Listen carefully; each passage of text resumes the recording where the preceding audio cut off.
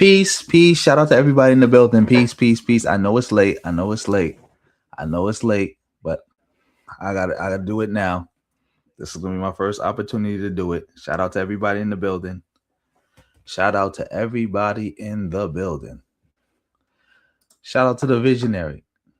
Yo, visionary, you don't sleep, bro? Every time I go live, you be in the chat, no matter what time of the day. Shout out to you, red, black, and green, BYB. Shout out to you, bro. Thank you for the fire emojis. Family, make sure you supporting the stream any way you can. PayPal, Cash App, super thanks. Thumbs up. A comment, hit that reaction heart, join the channel, all that. All support is good support. I appreciate it all. Oh, shout out to East Coast Kevin in the building. Oh, you said late night? Yeah, late night. Exactly. Late night. Shout out to everybody in the building.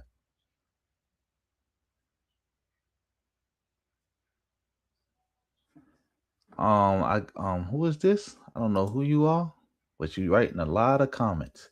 Shout out to everybody in the building. Oh, that's excellent. That's excellent. Shout out to your dad.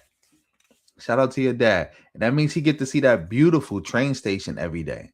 That beautiful, beautiful train station every day. Shout out to your dad. You said you sent me an email? All right, I'm going to look at it. Shout out to you, bro. Shout out to you. Shout out to everybody in the building. Let me see.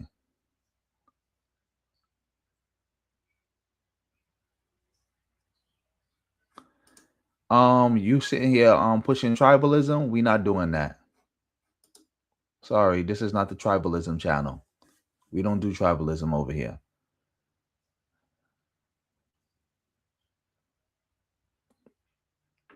No, it doesn't. Tribalism doesn't work in the modern era. A tribe can't beat a nation. Sorry. That don't work like that. And shout out to you, though. Shout out to you. Yeah, we about to get started. Let me see.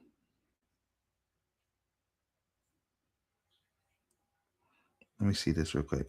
Let me see what you... Oh, you sent me a video with Afro Think Tank. Yeah, I was going to do a video with Afro Think Tank. I was going to do that. I was going to probably do that like when I go live next. You sent me 2 Afro Think Tank videos. I was going to touch on both of those, but I wanted to do this Grand Platner thingy right now, but before, and because I want to get out all my feelings about the issue before he make his decision on July 13th.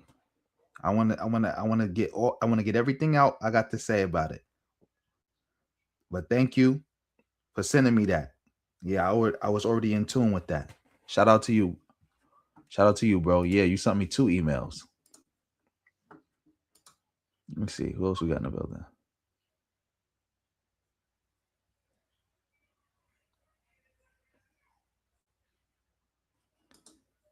Yep, exactly. They my people. What you mean? Like, you do know in a tribe, you would have King Vaughn type people in it, right? You know there's no such thing as a tribe of elites. I think you're using the word tribalism wrong. That's excellent. Oh, I didn't mean to highlight your comment because I don't want, we got some bozos in the building. I don't want them, seeing that and trying to track down your dad. Shout out to you though. Master Whackness, shout out to you. Prince, salute. But yeah, let's get started. Well, I'm gonna still give people a chance to come in here. I'm gonna get it started right now, but because the main reason I'm doing this is because we want to watch that FD Signifier video. But again, everybody's not in the building, so we're gonna start off with something light before we get to that. As you can see on your screen, shout out to everybody in the building. You can see this is Vaush, right?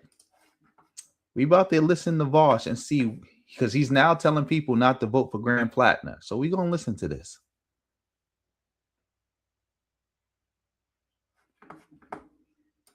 Did I call you a bozo? I didn't even call you a bozo. I did not call you a bozo. Salute, Black Adam. Exactly. We need both. Yeah, Jam East, I think that's your name. I did not call you a bozo. Did not call you a bozo. But anyway, let's get back to the video. Right now, we're gonna watch this video of Vaush saying, explaining to people. Let me start over. We about to watch Vaush explain to people why they should not vote for Grand Platner. Let's watch this before we get to the main course. Collins will win, and if you are in Maine, I ask you not vote for Platner. That's my, if you want like the heart of it, that's my feet firmly planted. Don't vote. Whether you vote for Collins is to me immaterial because it seems like it's a foregone conclusion. It's not a foregone conclusion that she's gonna win. Not even a little bit. Remember, Platner can still drop out. Or even worse, he can stay in the race and actually win it. But don't vote for Platner. Are we allowed to be conspiratorial about the timing of these allegations? Nope. There's nothing suspicious about them. Nothing about the timing of the allegations suggests impropriety or dishonesty on the part of the accuser. If Platner stays in, regardless of what we do we just MAGA it out and hope for like a 10-vote victory margin over Collins? No. I'm rooting against Platner now. I don't want a rapist to win. I think that it's damaging to the spirit and morale. Leaving aside the moral qualms at the face of things, I think it's politically damaging, the kind of whip cracking you would have to do to convince people to vote for, I mean, very possibly like a serial rapist, depending on what the next allegation is. You listen, not everything. Wait, time out. So the quote unquote whip cracking to get people to vote for support Platner to begin with, that wasn't bad. Platner just being your guy, you lefties candidate, wasn't politically damaging, wasn't a bad look. A guy with a Nazi tattoo on his chest, a guy who got a track record of doing weird things with women, a guy who was a Blackwater mercenary, a guy who done said racist things about black people, a guy who was a rapist apologist, a rape apologist. Like, come on now. So that wasn't bad. Like, come on now. Let's be serious. That's why that's why your audience is going against you on this Vaush.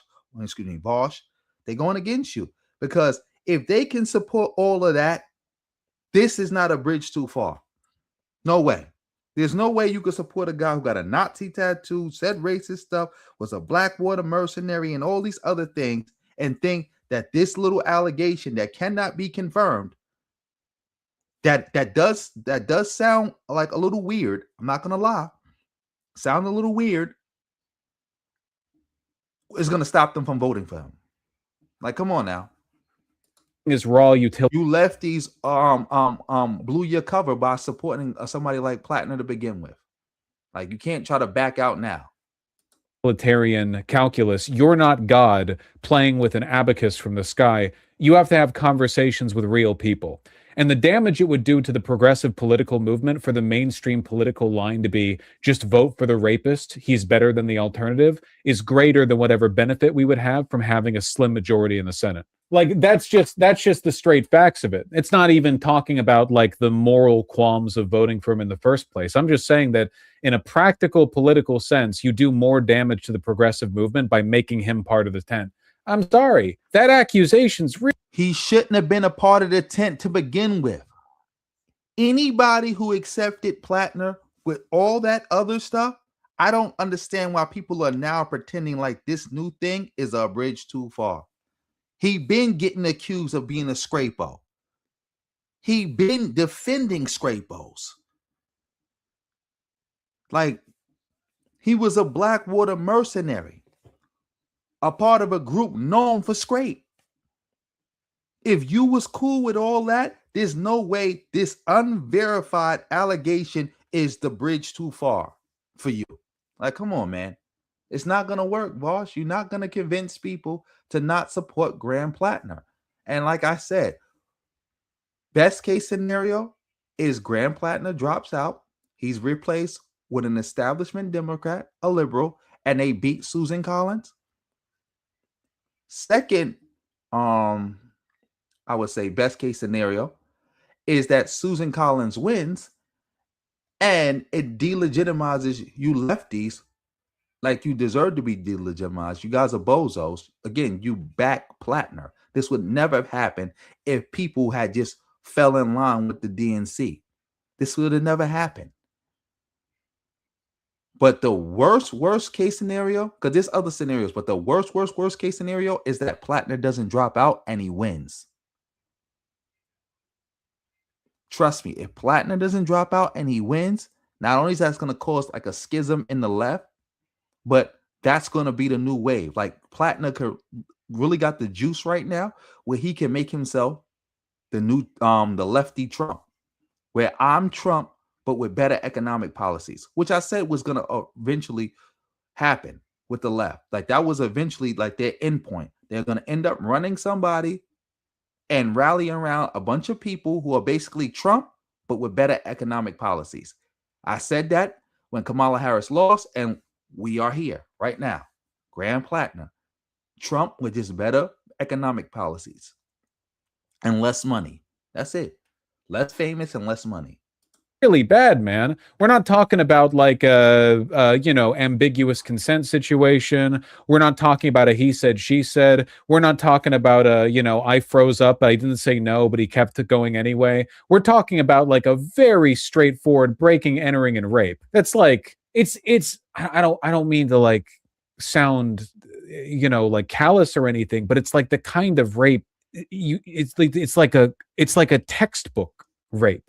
It's like the kind of rape you would invoke in a hypothetical. It's not like there's really not a lot of room for leeway here. So if you look at that and you're like, well, utilitarian calculus, better he win anyway, you're going to have conversations with hundreds or thousands of people, depending on how politically active you are. And it's my job to talk politics. So in my case, that would be a lot of conversations saying essentially, yeah, he breaks into women's houses and rapes them. But it's still better than Collins. And I genuinely think that the political damage of staking out that position is greater than the benefit of having him as a victorious senator, assuming it was even possible. And I don't think it is. I think his loss is guaranteed now.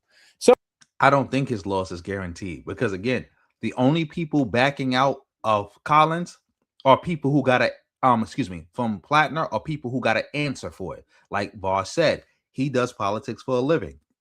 You got other people who do politics for a living. You got other politicians, lefty politicians. Of course, it's easy for them to call for Platner to drop out because they don't want to keep having to answer for him.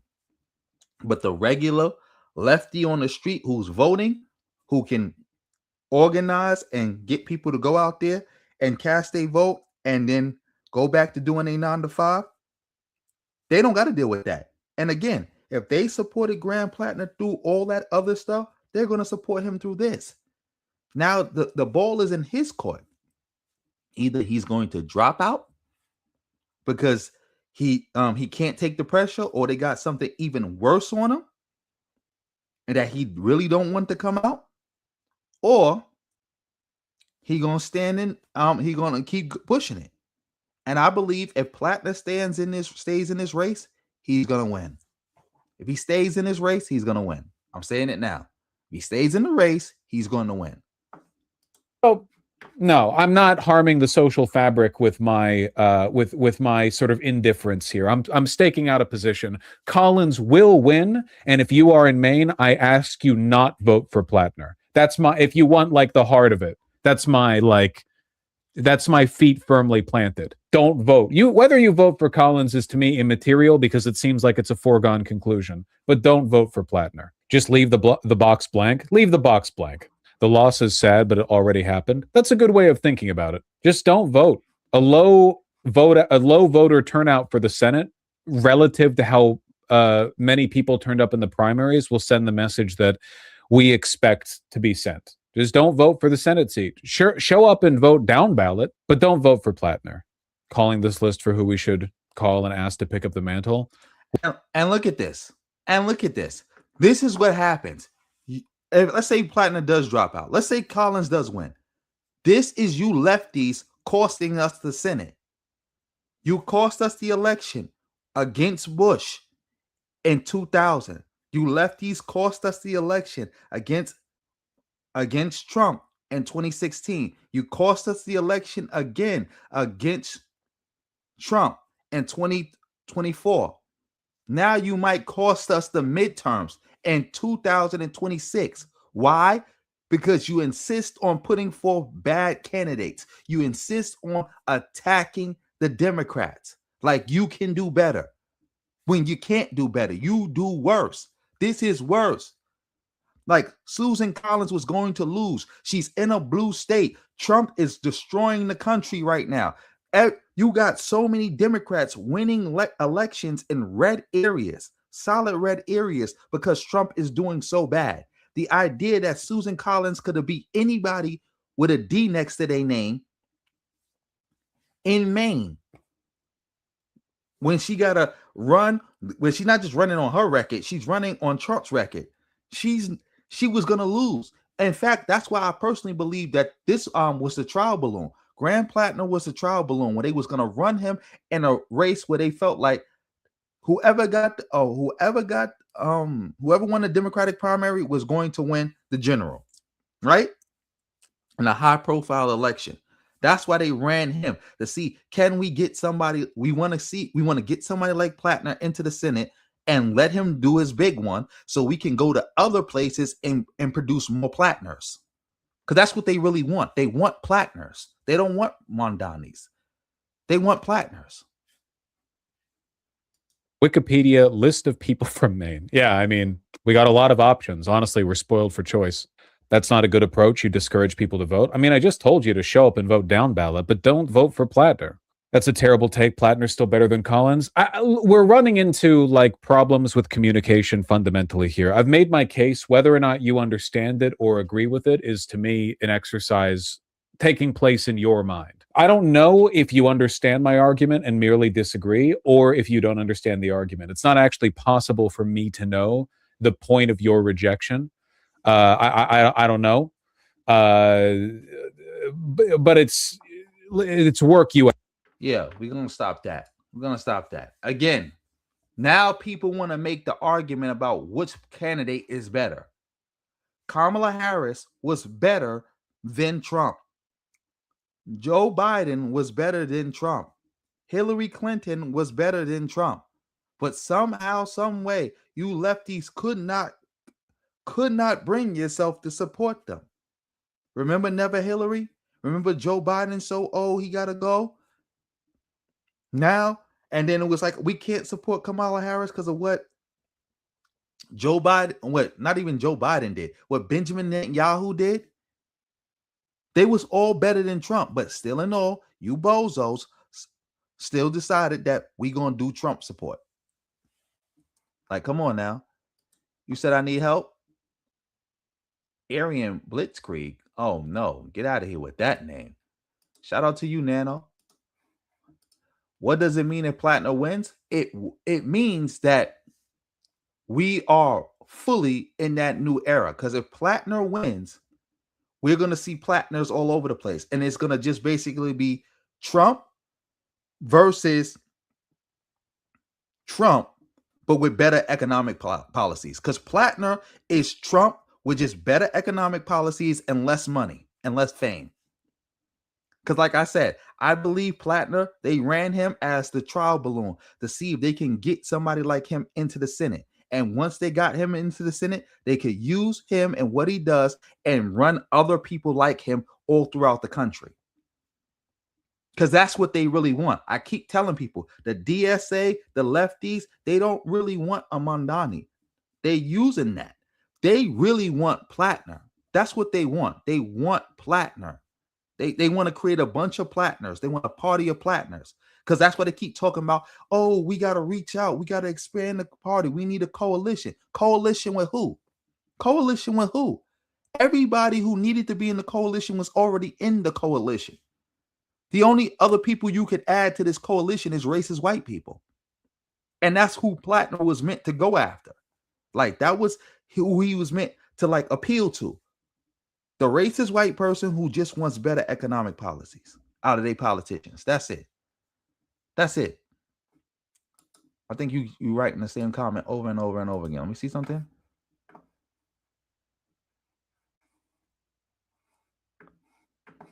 No, Joe Biden is not. Joe Biden is one of the greatest presidents in American history. Greatest. Joe Biden is one of the greatest presidents in American history. If you say Joe Biden is one of the worst, that means you must believe Trump is not the worst. No. So yeah, you got to go. Like, yeah, sit down with that. Let's let Vaush finish up so we can get on to the main topic. I have to do. We start banning these people. I'll ban if I want. I'll ban if I want.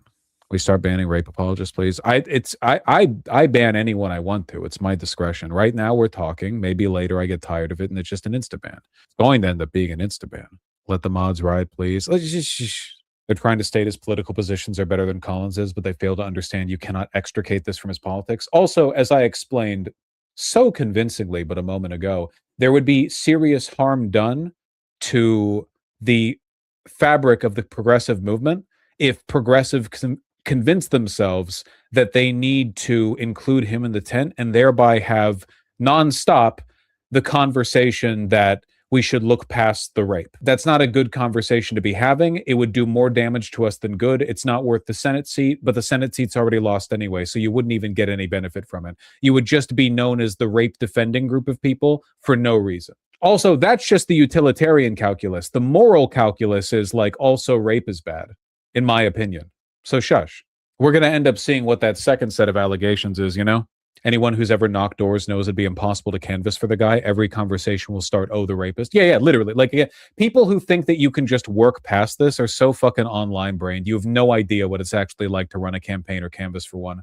The idea that like you can just, well, the abacus says it's 1% better if the rapist wins rather than the Zionist. So like it just doesn't work like that in real life. I think we have to be seriously skeptical of vets, especially GYOT vets going for it. Dog, I've always been skeptical of that. I've been pretty clear in my position on this in the past. My position is merely I don't think being a veteran should be fundamentally like first order disqualifying from being a part of the progressive movement because that's a ticket to losing quickly. But yeah, no, I'm not exactly a hardline supporter of the idea that military service makes you more legitimate. I'm seeing the streets are saying that the next most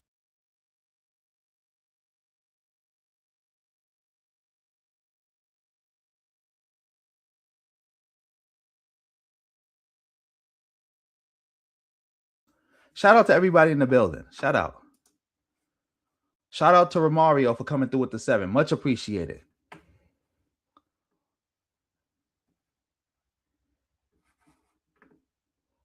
Of course. Because remember, Tariq and them wasn't really about that.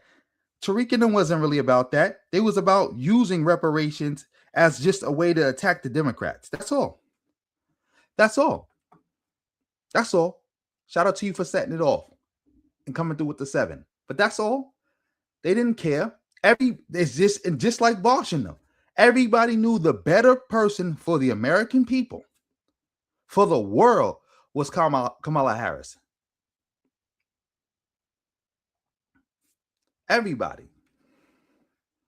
The problem with Vaush and them is that they getting cold feet. They push this accelerationist nonsense, and now they're getting cold feet. Now they're not really built like that. They're not really built to take it to the end. Now they don't want to support Platner, somebody who they knew was problematic because they don't want to have uncomfortable conversations. You think anybody in MAGA cares about having uncomfortable conversations? Y'all not built like that. That's another thing I always said about you lefties. You not built like that. Y'all not built for accelerationism. Y'all not built to crash everything down and take the reins and be the leaders and build from the ashes. You're not built like that. Y'all think y'all Lenin into somebody like that. Y'all think y'all the Bolsheviks. Y'all not. You're not built like that. Yes, make sure y'all liking the live. Let's get back to this. Insane. You said Platner is finished. He may be, maybe not. You never know. He ain't finished till he finished. People thought Trump was finished. If Trump could come back from trying to overthrow the government, Platner can come back from this. Because again, these are not even confirmed. This story is not even confirmed. It's all allegations at this point. And again, he done had similar allegations against him already, just like this.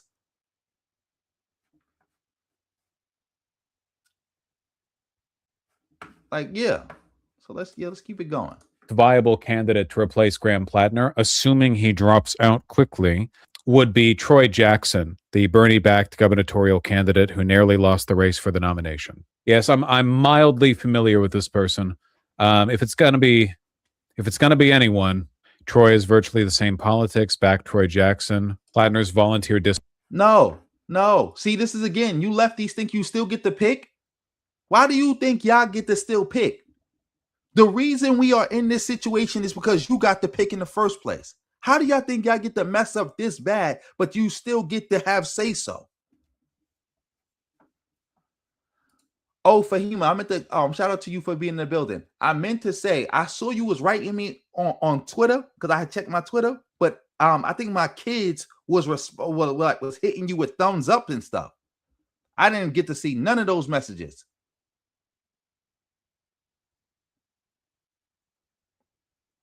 I didn't get to see none of those messages, but shout out to you though.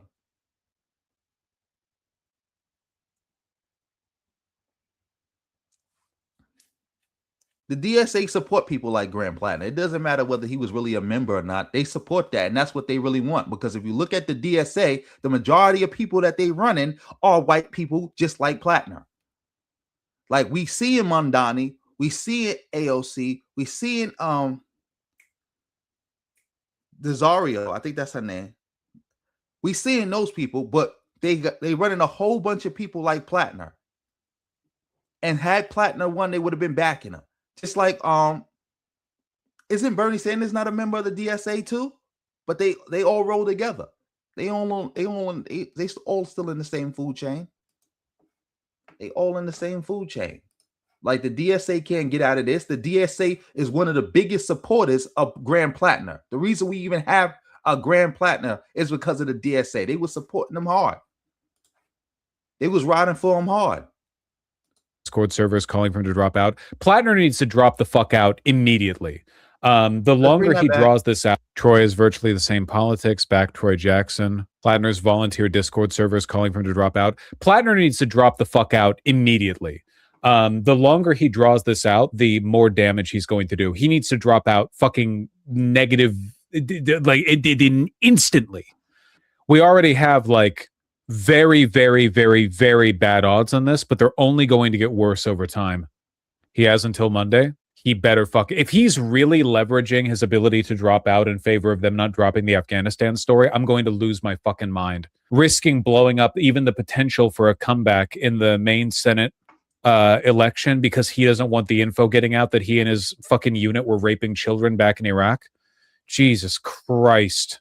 What a fucking piece of shit, dude. I always knew he was being performative with that vocal fry. I fucking called it. I always knew that vocal. But you were supporting him. But you were supporting him.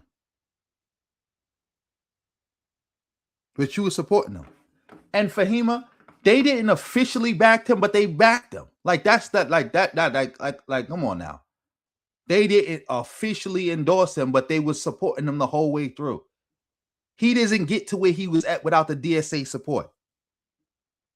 They were supporting him the whole way through. Their shills, their supporters on the line, everybody organizing for him. They were supporting him. They were supporting him the whole way through. They're not getting no pass. The DSA ain't getting no pass because, again, they running people like Platner. They created the environment for why we could even have a Platner. They're not getting no pass. None of these lefty organizations getting a pass. Everybody trying to abandon ship now.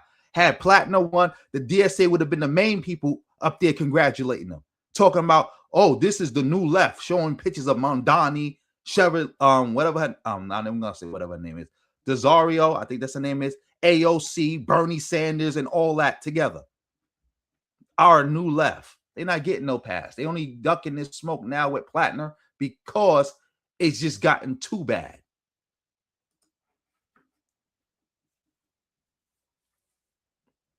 Fry was fake.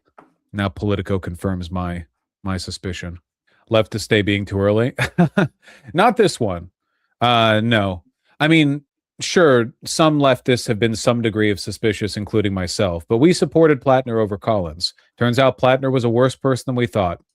Now some of you were suspicious. Again, y'all all was supporting him. Y'all don't get to have this. Well, we were suspicious, but we still supported him. No, get out of here. Not y'all. Y'all took this super duper moralistic stance against Kamala Harris, against Hillary Clinton, just to come out and support somebody like Platner through all the allegations, through them all.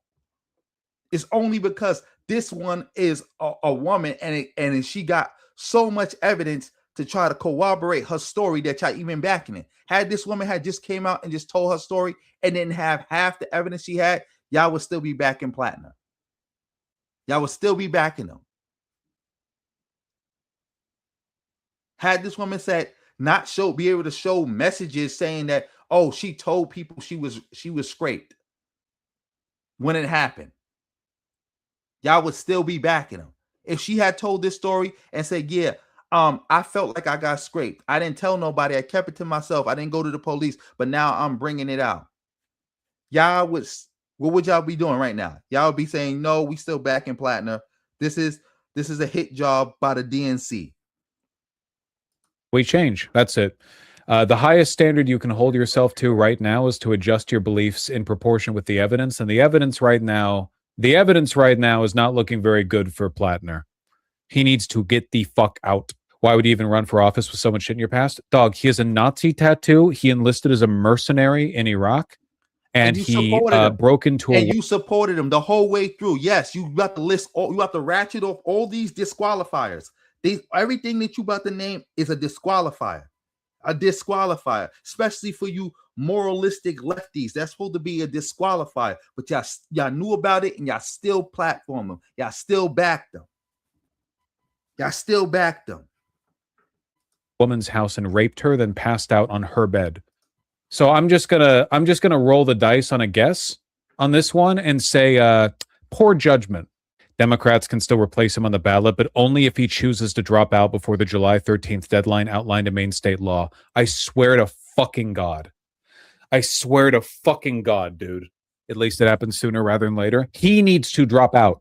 He won the primary. He needs to drop out. He is the only one who can do this. He has to drop out.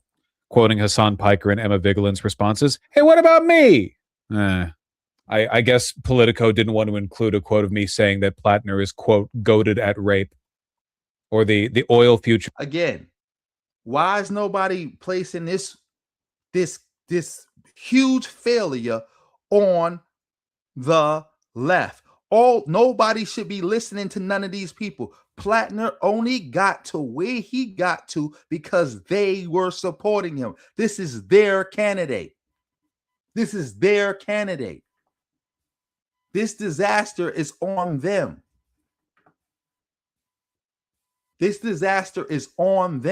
Because this is what they really want. They really just want Trump, but just with better economic policies.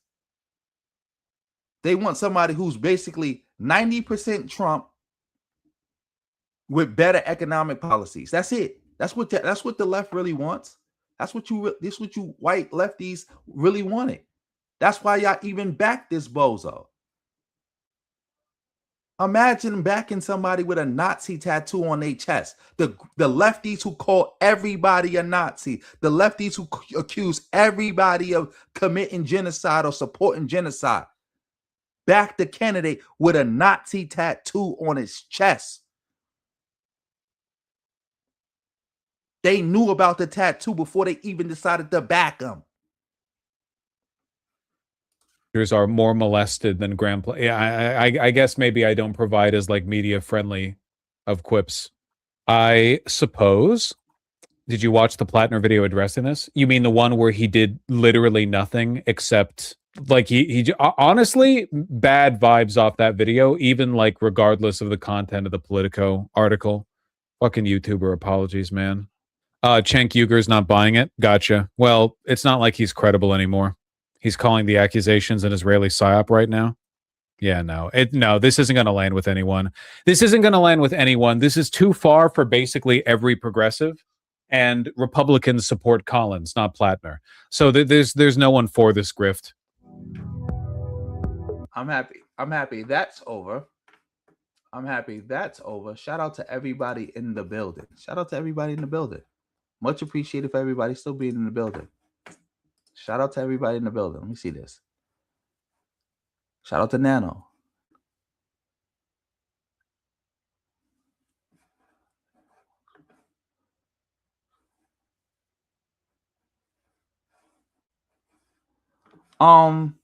The answer is simple.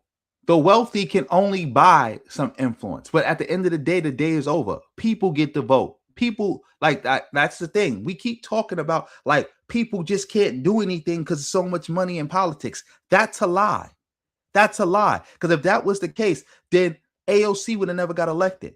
It doesn't matter how much money they got. The people still, everybody still gets one vote. One vote. People get to decide who they want to vote for. A candidate can have $1 billion behind them. Doesn't matter. Doesn't matter. If the people don't bang with you, they don't bang with you. It's the people's fault. We live in a democracy. People got to get active. They got to go out there and take politics serious. That's the problem in America. We don't take politics serious. That's across the board. People act like politics is optional. Politics is life or death. Politics decides who will be free, who will be chained. Politics decide who will live, who will die, who will be rich, who will be poor. Who is innocent, who is guilty? What is a crime, what is not a crime? When do we go to war? When do we end war? It's not a joke. It's not a game. That's the problem. People in America treat politics like it's optional and then complain and try to create these Illuminati shots through your body conspiracy theories about, oh, the rich, the rich, the rich, the rich. How about you go out and vote and you convince other people to vote? I'm not talking to you personally, Nano. I'm just addressing your point in general. And black people did that to themselves. Black people did that to themselves. Everything was on the line with this. Everything was on the line in 2016. We got a chance in 2020. And then the only thing that could help us really solidify a way to try to save ourselves from that disaster in 2016 that black people let happen was to make sure Kamala Harris went over the top in 2024. Black women did what they were supposed to do. Black men didn't do what they were supposed to do. So now we are in this situation. Let me say that again because I said that kind of fast. Black women did what they were supposed to do. Black men did not do what they were supposed to do. That's how Trump got back into office, and we are in this situation. We did this to ourselves. We did this to ourselves. Now we trying to figure out how can we get something popping because we put ourselves behind the 8 ball. We did this ourselves.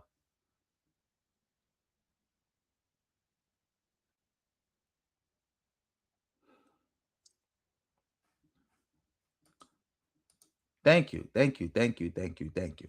Thank you for acknowledging that. Politics affect every aspect of our life. 90 million adults didn't vote. Unacceptable. Unacceptable.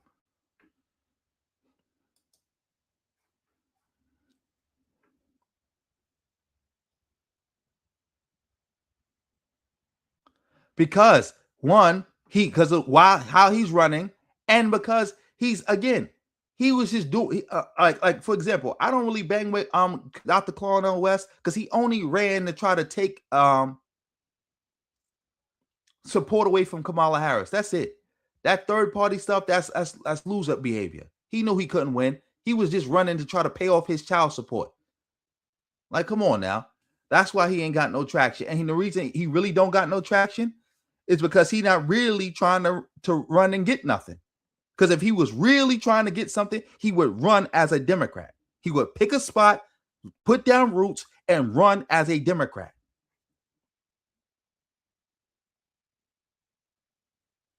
That's what he would do. You see, the same way AOC laid down roots in the Bronx and went into that community, talked to people, did all this stuff. Remember, she unseated the third most powerful Democrat in Congress. I mean, in the house, yeah, in Congress, in the House of Representatives. Yeah, she unseated him. How much money did he have backing him against her? But she still won. Why? Because she laid down roots. She went and interacted with the people, and the message resonated with the people. No amount of money was gonna make her lose. It just is what it is. Just like about basically no amount of money is gonna make Elan Omar lose. I don't see her losing. Only way I see her losing is if people just too afraid to come out to vote for her. ICE is interfering. But a fair election, she ain't losing. She ain't losing. Look at Mamdani. The whole Democratic establishment was against him, and he won. Became the mayor of New York. Why? Because he really put down roots, really engaged with the people, really put in work. That's how he won. Cornel West has never done nothing like that. Never.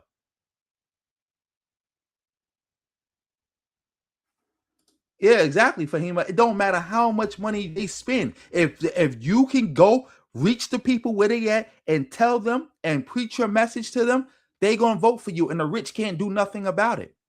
They can't do nothing about it. They can't.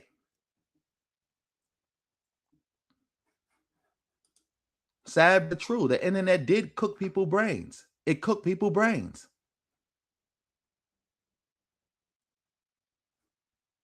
It did. It cooked a lot of our people's brains. It's sad but true. But yeah, that's how you do that. You got to get active. You got to meet the people where they at. You got to lay down roots. This is why, again, I'm doing the BYB. Shout out to everybody who support the BYB. That's why I'm doing that. I'm trying to figure out exactly.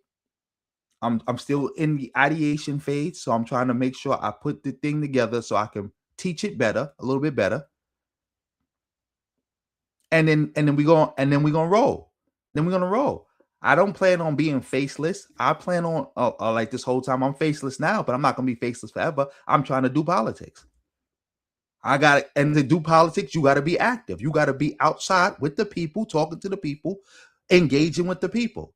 No matter how tedious it is, no matter how much you don't like doing it, no matter how many times you get asked stupid ass questions, that's just a part of the equation. You got to do it.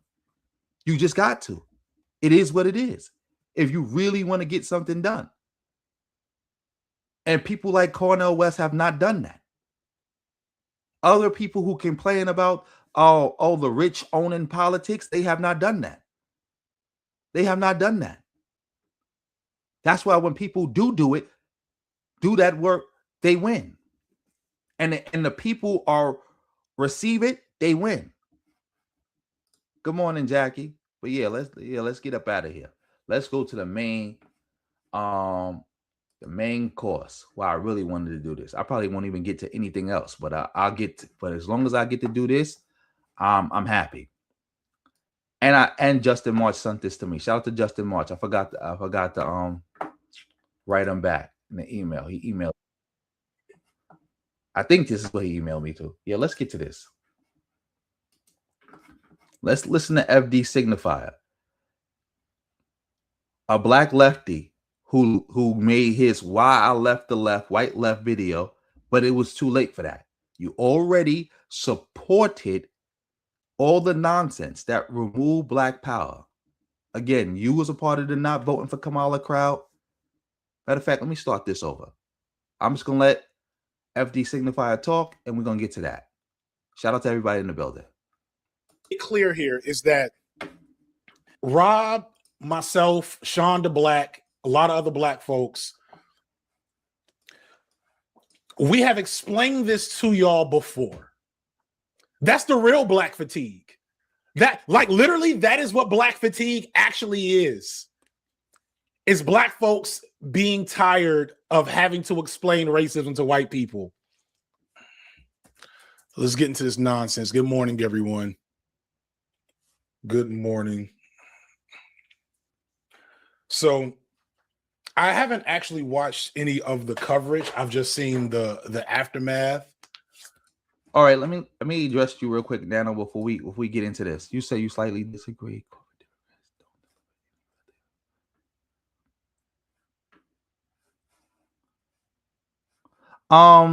Well, if that's the case, that's why people got to get active. You see what I just gave the example about AOC? She ran against a quote unquote corporate Democrat and she beat him. Mamdani, another person in New York, ran against the whole DNC. The whole DNC was trying to make him lose. He ran against the whole DNC and won. You know why? Because he got out there and did politics. People are getting disillusioned and they're not even putting in no work in. People are not politically active, but crying about the choices. That don't work like that. If more people who are disillusioned with politics or want to give up on politics actually got active and did politics, the candidates that they cry about wouldn't even be in office. They wouldn't even be in office. People have to get active. That's the long and short of it. People got to get active. They can't complain about the politicians that they are being quote unquote forced to vote for when they was not politically active to begin with.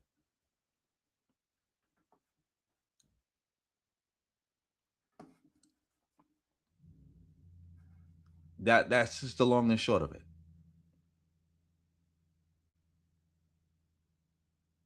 That's just the long and short of it. That's it. You said that Mamdani is here. That's why they won. That's not the only reason they won. That probably played a role in it, but that ain't the only reason. And again, that's a part of politics. Looks is a part of politics.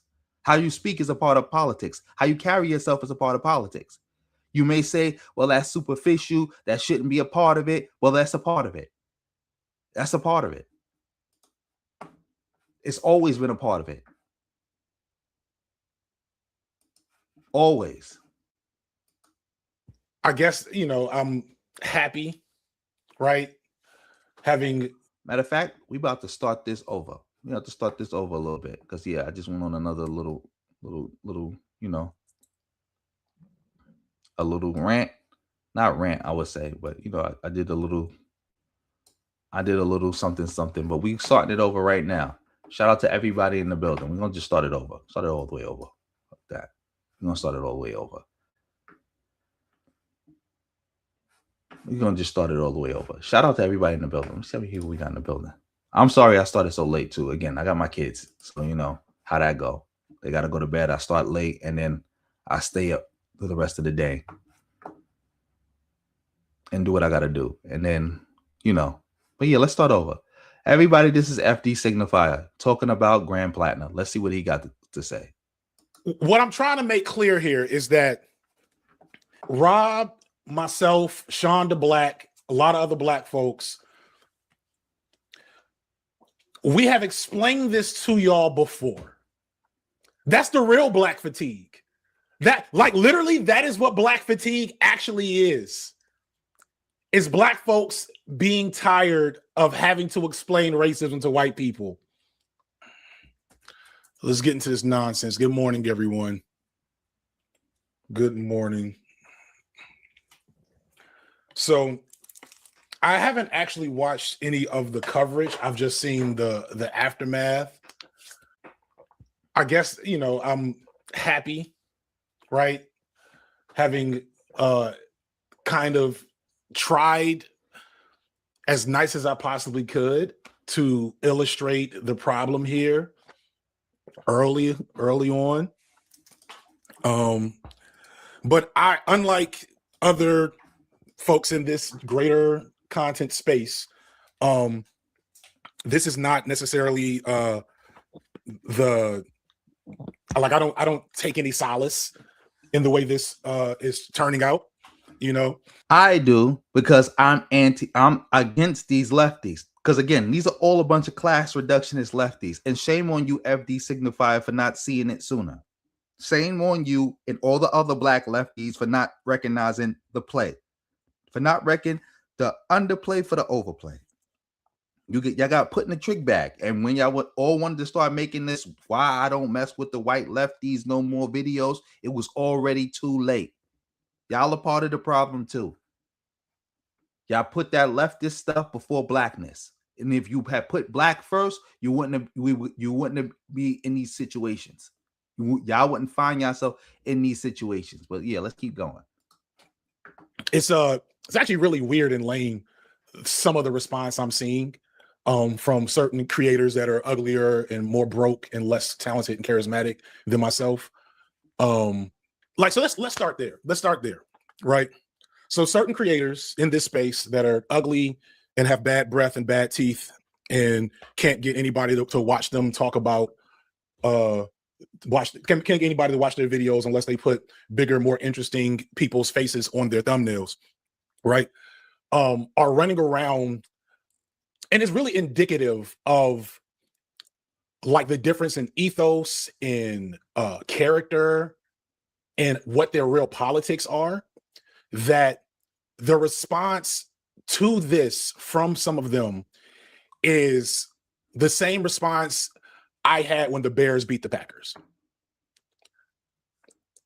It's something I'm going to talk about it in a piece coming up, but like the kayfabification, the sportsification of leftist politics for a lot of white creators and consumers, and some black creators and consumers. But that element of it is so unappealing and gross to me. And I think it's unappealing and gross in general to a larger population, which is why these types of creators struggle to maintain momentum for their content, momentum for what they have to offer to the space. Because normal people don't respond to credible rape allegations with a victory lap. Right? What do you mean by that? I think he's attacking people like me. Let's listen some more. I think he's attacking people like me. Because again, I'm definitely taking a victory lap. I am definitely taking a victory lap. Like that's the reason why I'm even covering stuff like this, to hear what you gotta say so I can just shit on you and say how this is really your fault because you stood around and was doing this lefty stuff. Like, because I didn't forget when you was like co-signing basically Palestinians working with racists that would hurt black people in America for their own freedom and saying, well, that makes sense. You was co-signing that. You was co-signing that. So yeah, let's keep it going. Normal people don't respond to this type of political moment with I said he was a rapist first. I was the first person to accuse him of rape. Like, that's weird. It's weird. You know, am I weird? Because now I definitely feel like he's talking about me and people like me. So am I weird? Let me know. Give me a 1 if I'm weird for taking a victory lap, because I always knew Graham Platner was a bozo when I first found out about him.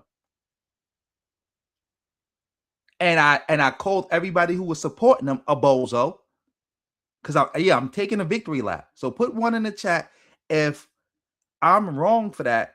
Put a 2 in the chat if I'm right for that. Let me know. Am I right for taking a victory lap? Celebrating that I was right about Graham Platner and all these other people were wrong. And they put us in a bad position. 2, if I'm right to take this victory lap. 1, if I'm wrong to take this victory lap.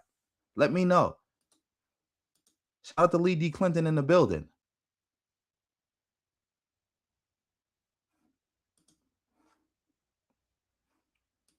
I'm getting 2.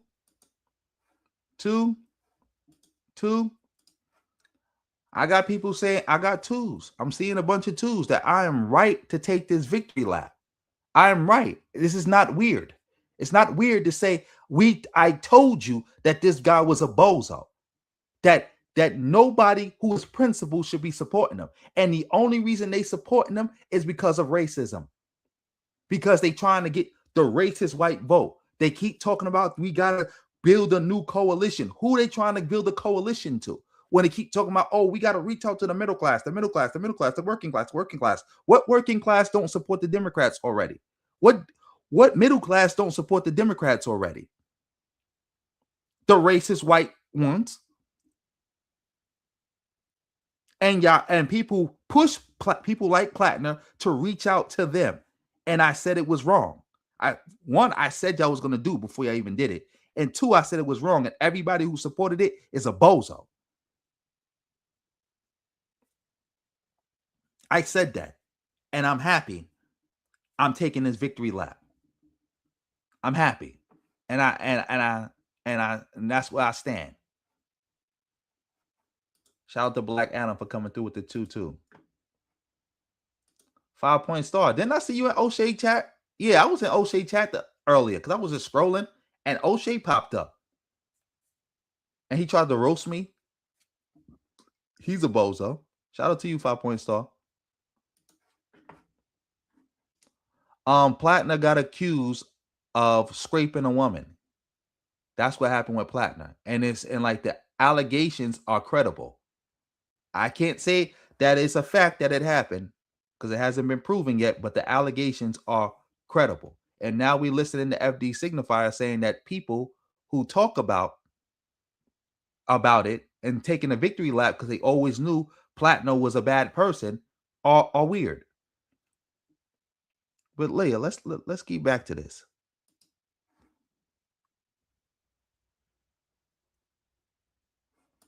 Exactly. They won't own up to it. Everybody trying to act like they was always against Platner. They doing the Mitt Romney. I was against it before I was for it. I had my hangups. This, that, and the other. Like, no.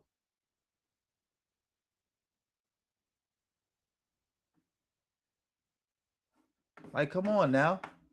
Let's get back to this. So I go on Twitter for the first time in a while. I've been doing really good staying off Twitter. And I see that there's a certain individual's fan base is more invested in trying to maintain a narrative about me liking Graham Platner and only coming out against Graham Platner because of a specific interaction than actually like engaging with the political moment. Because to them, it's sports. Oh, so he's talking about somebody else specifically, not just talking about people who are doing this in general. It's somebody on YouTube, probably a big YouTuber, who was pointing out that FD Signifier was a Graham Platner supporter and only stopped supporting Graham Platner because of a personal issue that happened with him. Got it. And now he's calling that person weird. Can't make this up. Talking about you treating this like sports. Nobody not treating this like sports. The matter of fact, politics is like sports. It's about winning and losing. It is what it is. It's about teams and it's about winning and losing. You was on Team Platner. Now you trying to hop off the bandwagon because Team Platner is losing right now. They down 40. Like, come on now.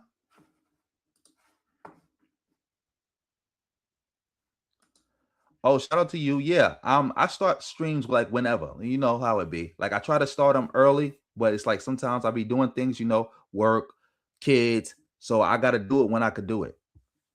Like right now, I could do it. So I'm gonna do it now. Shout out to you.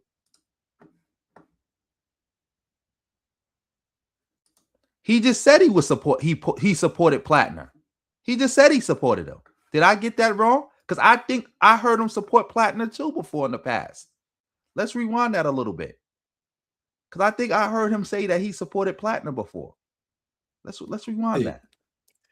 In trying to maintain a narrative about me liking Graham Platner and only coming out against Graham Platner because of a specific interaction than actually like engaging with the political moment. Because to them, it's sports. Yeah, he just said it. Like, yeah, about them trying to maintain a narrative about him supporting Graham Platner. He did support Graham Platner. And let's put it like this. If you're not anti-Graham Platner, you're pro-Graham Platner. Graham Platner. That's it. That's how we carrying it. That's it. There is no middle ground.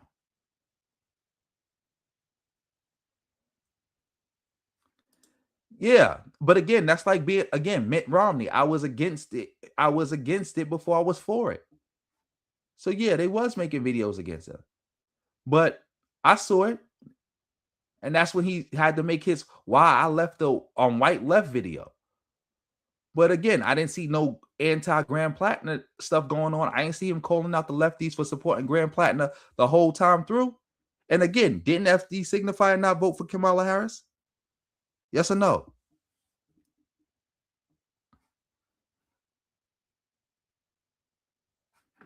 You said he denied it. I'm not jacking that. Again, we on, if you not anti-Platner, you're pro-Platner. That's it. I was making anti-Platner videos when I first found out about him. Was FD Signifier doing that? You saying listen further. We're going to listen further. But again, like I said, I never saw him condemning it until it got to a certain point. That's it.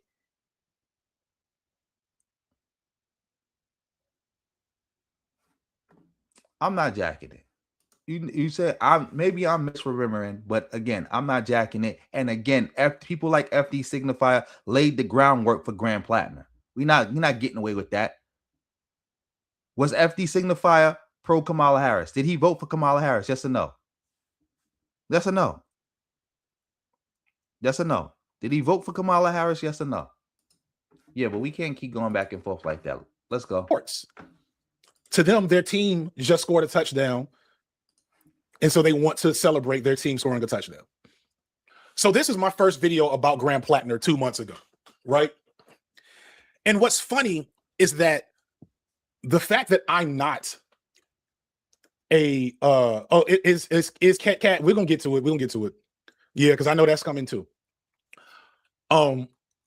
What's funny is that the reason why certain folks saw this video, where I calmly try to examine Platner and illustrate his problem as an endorsement of Platner, is only because, unlike a lot of creators in this realm, I don't do kayfabe.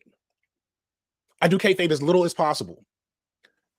And my goal was to engage critically with the reality that I saw about this particular figure, where I'm not thinking about, oh, I get to dunk on X, Y, and Z. Oh, I get to be the edgiest guy in the room with my contrarian take. You know, I get to further refine an us versus them narrative,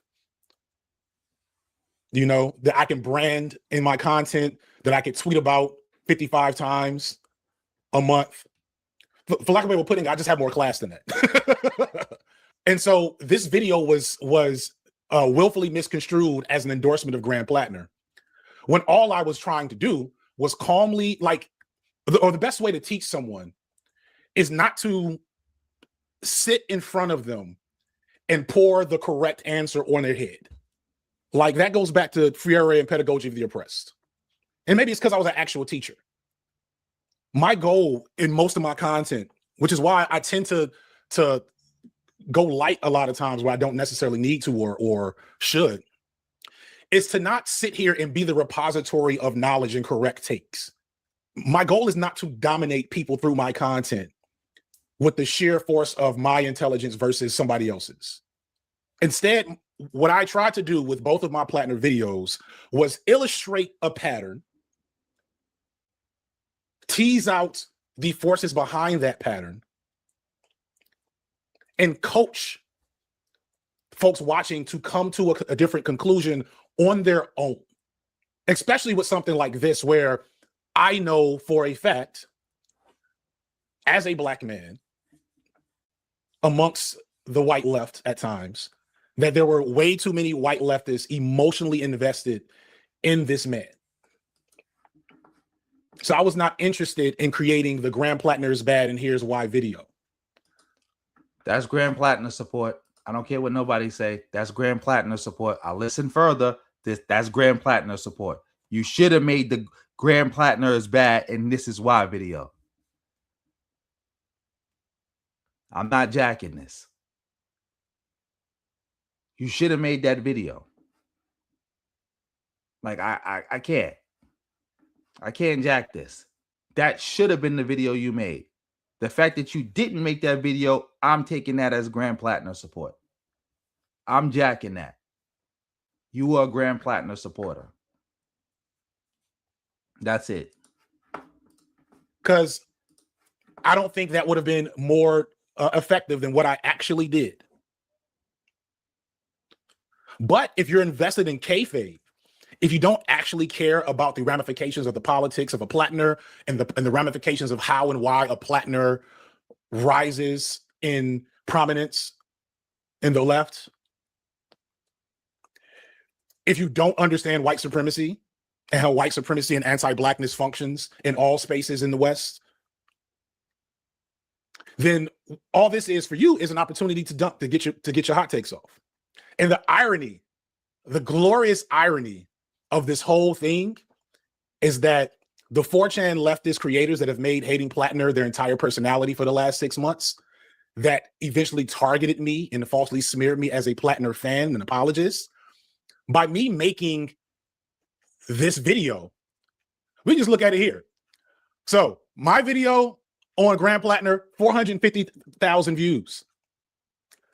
Without naming names and looking at other people's videos, y'all videos ain't hit the streets like that. And videos ain't hit the streets like that. So the hilarious irony of the 4chan leftists' gross, edgy Reddit tactics is that by inspiring me to make a response video to the nonsense that was surrounding me, I made the definitive Grand Platner video. Grand Platner is bad, and here's why video. I'm not jacking this. I'm not jacking this. I'm not jacking this. Maybe I gotta watch this offline. I gotta rewatch all his Grand Platner videos, but I'm not jacking this. Not at all. I'm not, bro. You didn't make the definitive video. You made a video where if I watch your video, I can still come away supporting Grand Platner and feeling good about myself.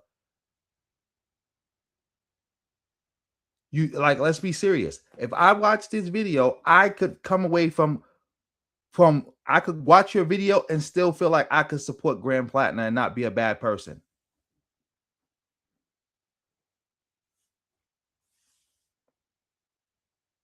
So no.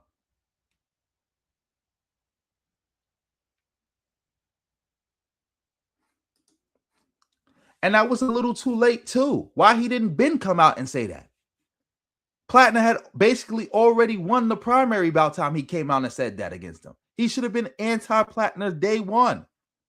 You watching your side push Platner. You got to bear some responsibility on that. I'm not giving him no pass. This is the same side that attacked Kamala Harris because she wouldn't attack Joe Biden. While she was the sitting vice president of the United States of America, she wouldn't attack the sitting president of the United States of America. I'm not doing that. Not giving you no pass. You sat there. You could have been went after him. You should have been went after him. And you should have made it plain. Like all this, well, I'm trying to give you little hints and explain why he does bad things and all this other stuff. And so maybe you can come to your own conclusion. No, damn that. This is politics. Tell people you do that after you make it clear, don't support him. And anybody who supports him is a bad person. And then here's why.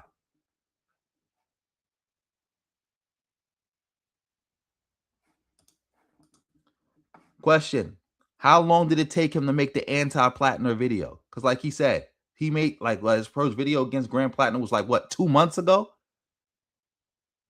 2 months ago? I'm not jacking that.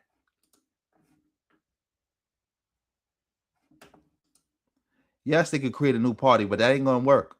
That's not going to work. Everybody just got to run it in one of the two major parties. We basically in a duopoly right now. A two-party state. That's what it is. You don't got to be a Democrat to run inside the Democratic Party, just like you don't got to be a Republican to run inside the Republican Party. Thank you too. But again, I'm getting I don't know if this person is here to run interference for FD Signifier or not, but I'm going to, I promise, I will watch all of it. I'm gonna rewatch it because maybe I'm misremembering because I'm too happy dunking on the left right now, and I don't bang with no lefties. So maybe I am misrepresenting him. Maybe I am strawmanning him. Maybe I'm going against him in bad faith because, like I said, I do play teams. I'm anti-lefty. So maybe that's the case. But we're gonna continue on. Shout out to everybody in the building.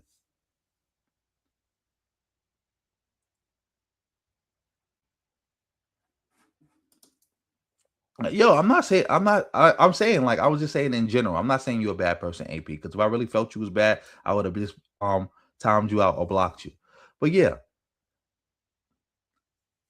that's how I'm feeling. I'm feeling like this is a little too late. But yeah, let's get back to this. And most people don't even know they said anything. These aren't Kyle Kalinske shots. These aren't Kyle Kalinske shots. Because Kyle Kalinske was respectful. So I have critiques of all the white lefties that love Platner, but most of them were respectful.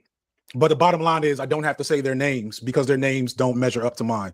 Somebody said, you should be the bigger person. Motherfucker, I am the bigger person in every way possible. I don't have to say your name. You have to say mine. Fortunately, leftist sounds like an oxymoron, but it really isn't. It really is a perfect descriptor of a particular type of leftist that's been around forever. Ooh, what's going on? You described your relationship with Graham Platner as a very good example of what modern dating is like. Yeah. What do you mean by that? What I mean by that is that, I think there's a lot of situationships. I think people. Pause a second. Isn't he married? How long has he been married? Somebody put that in the chat. Time, whether that's known or not known by the people involved.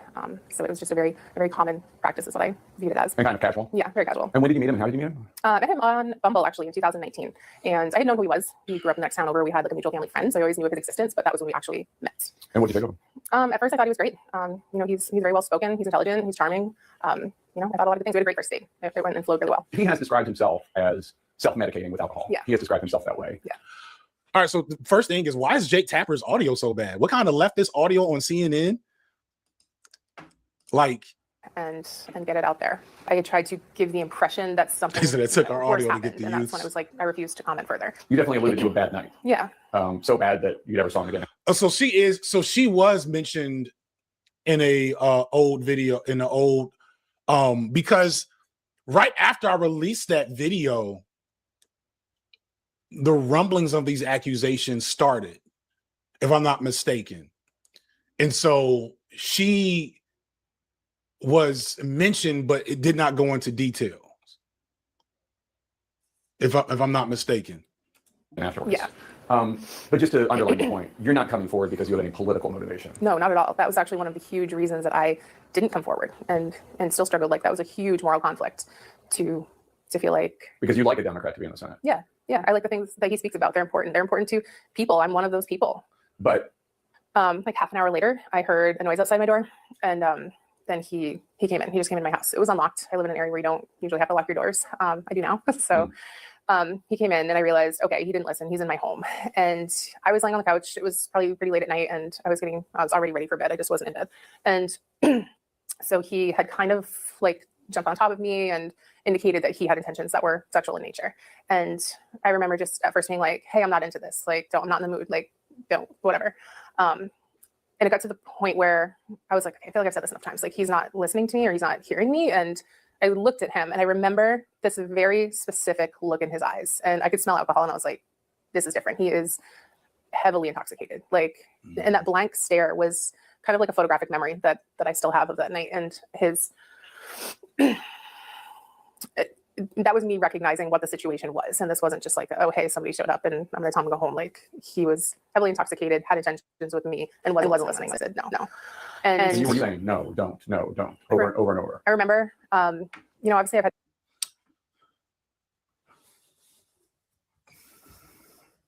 I think I can stop there, because I didn't really need to hear everything about this personally. Again, people were already accusing Graham Platner of things like this before. So there should have already been Graham Platner bad. Graham Platner bad. That's it, making it plain. Like, I don't get it, bro. I don't get this. I don't get this. And this is one of the reasons why people some people are not jacking that this was a scrape. So you left your door unlocked. He texted you. He told you he was coming over. You left your door unlocked. He in your house. You didn't call the police. Yeah. You say he scraped you and then fell asleep in your bed. You didn't call the police. You didn't do anything. You didn't tell him to leave. Nothing. He got up on his own, left. and all that and blah blah blah blah blah. Again, I'm tending to believe her that he did catch a scrape. But I understand why some people are not jacking this. I get it, but this tracks. I'm anti-Grand Platner. Just making it plain. I'm anti-Grand Platner.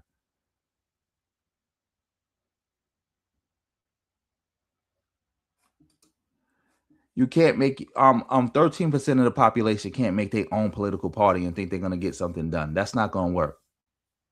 That's not gonna work. That's out.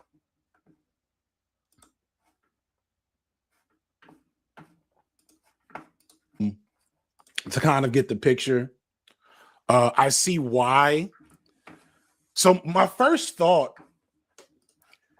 when I heard that this was happening, was it's interesting how many of his more vocal supporters are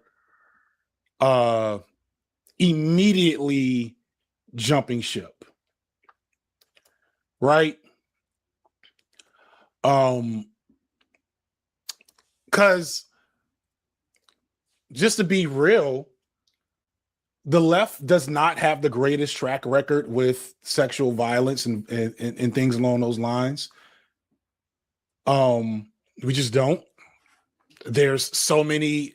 Of course you don't, because most of the left are just class reductionists. They basically no different than MAGA. They believe everything MAGA believes. The only thing different between them and MAGA is that they want better economic policies. That's it.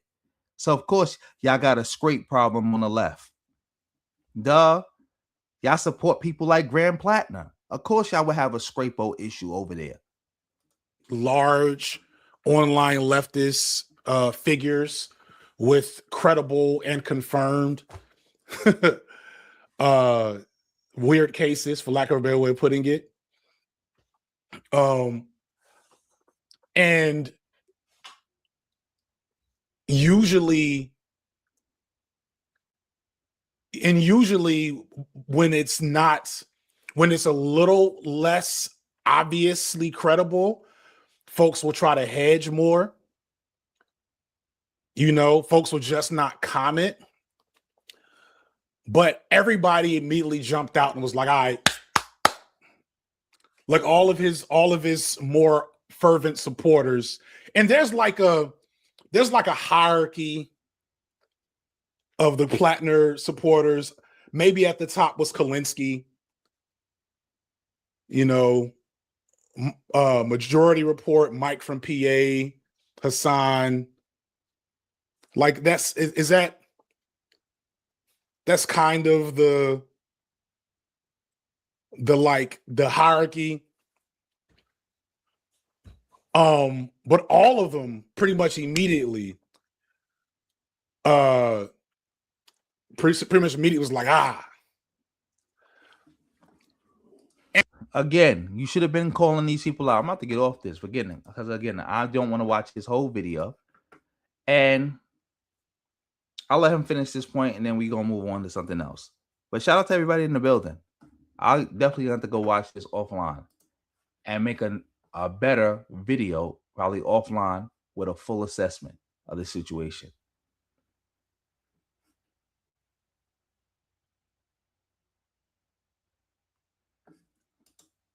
You hate liberals. I guess this might be the wrong channel for you. Because, I don't bang with lefties. Lefties are the enemy.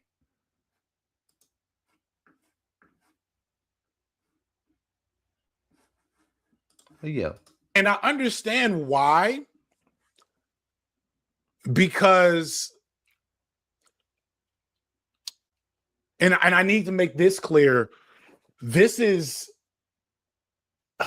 a very typical assault story.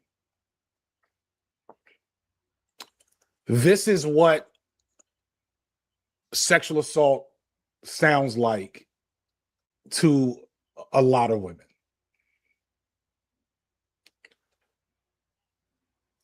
Ironically, the leftist men know how this is what assault really sounds like really, really sounds like, which is why immediately this seems incredibly credible.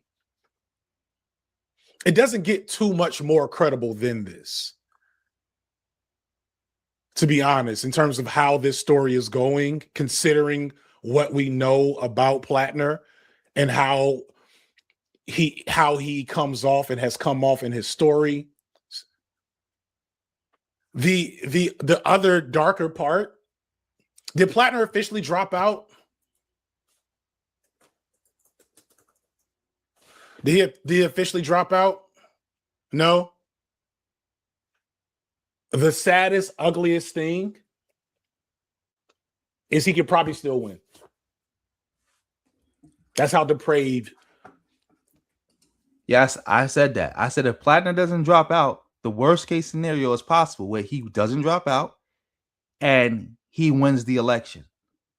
Once that happens, he's now the big homie of all the whole left.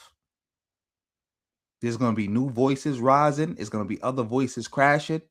It's going to be other people trying to apologize and come back. All that. You're going to see Grand Platners everywhere. Grand Platners everywhere. I wouldn't even be surprised if he don't use his victory in Maine and that he survived all this to make a run for the presidency. Try to basically be start blue MAGA, the real blue MAGA, because they accuse Democrats of being blue MAGA. No, you lefties are blue MAGA. And make a run for the presidency. That is how much of a hold this type of figure and character has on a specific type of person. Is he can still win. In fact, he probably will still win, believe it or not. Because he's not running a federal race. It's a state race. He will still win for the same reason as to why insert. This is a federal race, but it's happening at the state level. No, it's a statewide federal race. Excuse me.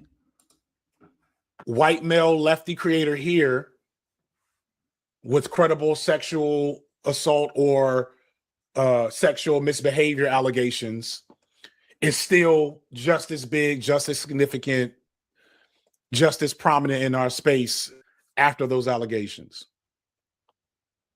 Because here's the thing, and so I say that and I believe that because the thing I want people to take away from the take I had about Platner early, I didn't predict explicitly sexual assault allegations, right? I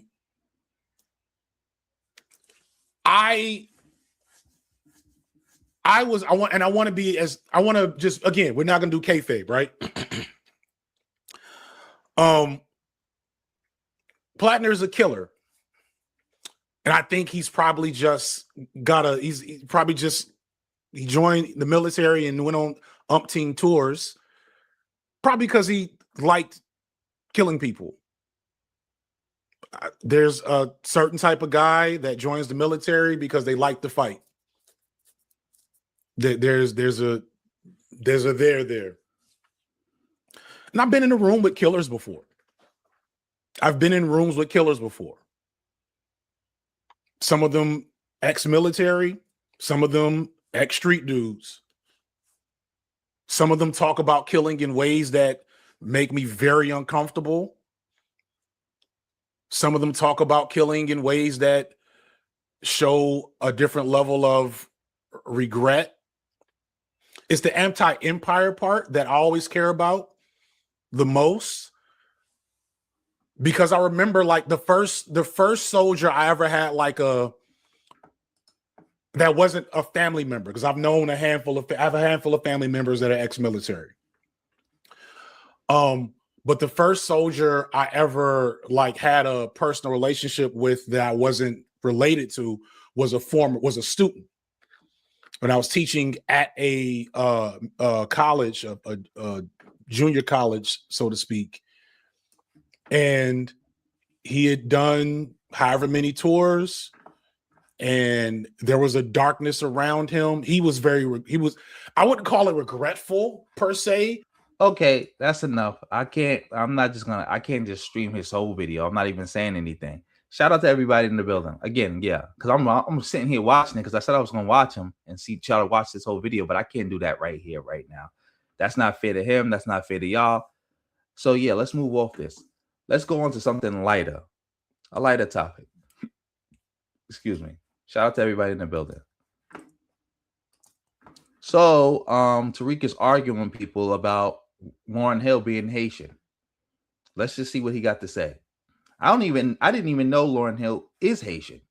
Maybe she is, maybe she not, but we're gonna see.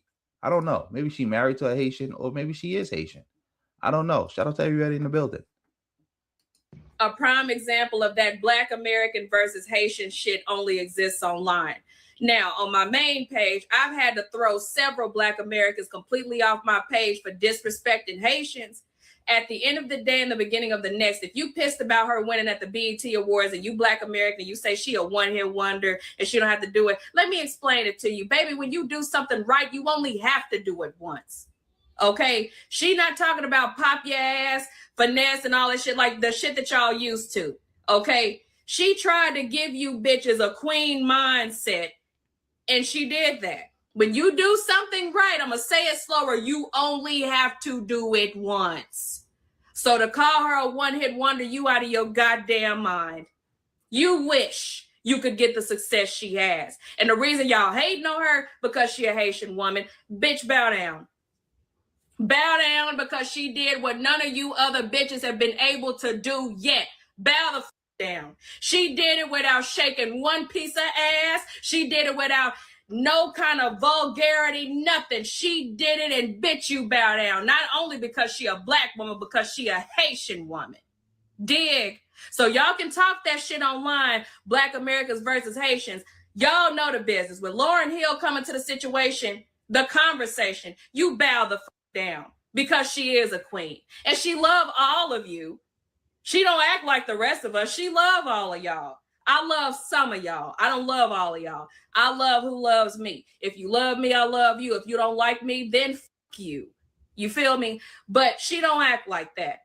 So at the end of the day and the beginning of the next, respect Lauryn Hill, not only as a Black queen, but a Haitian queen, and doing what y'all queens still haven't done yet.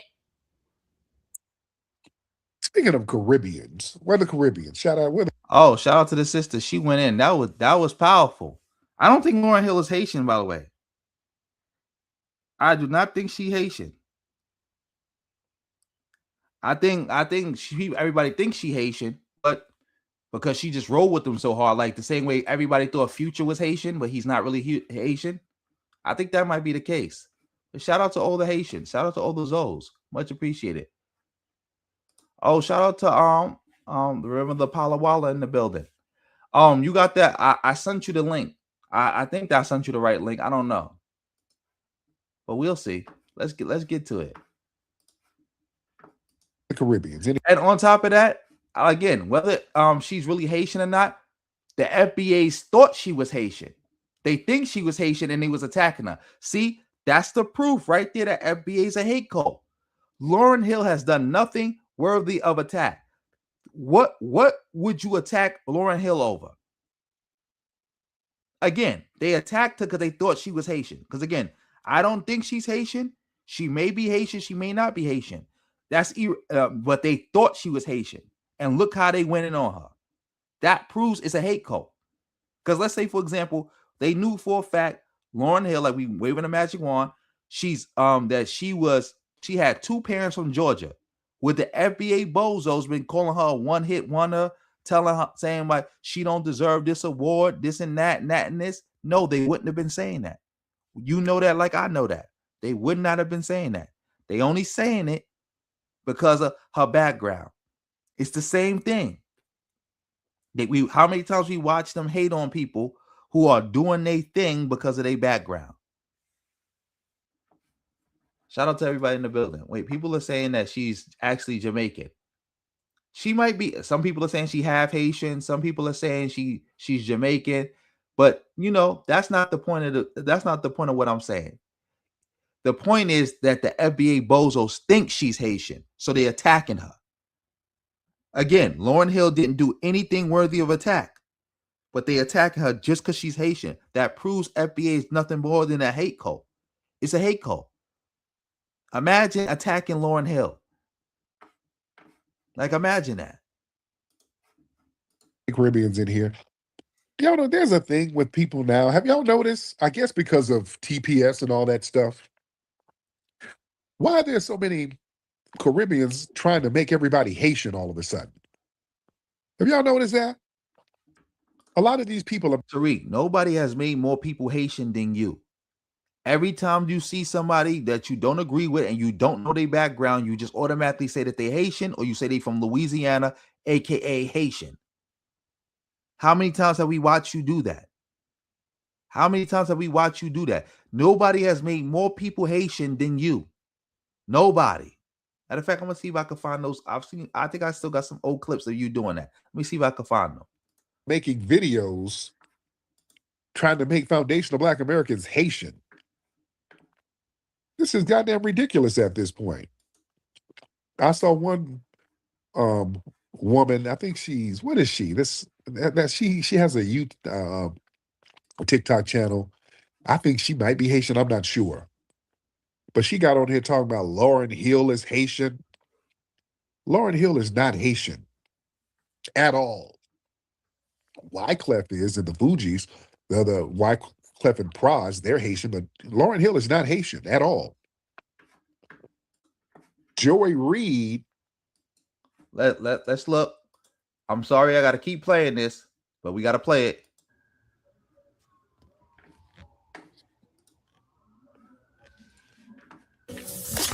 You dig?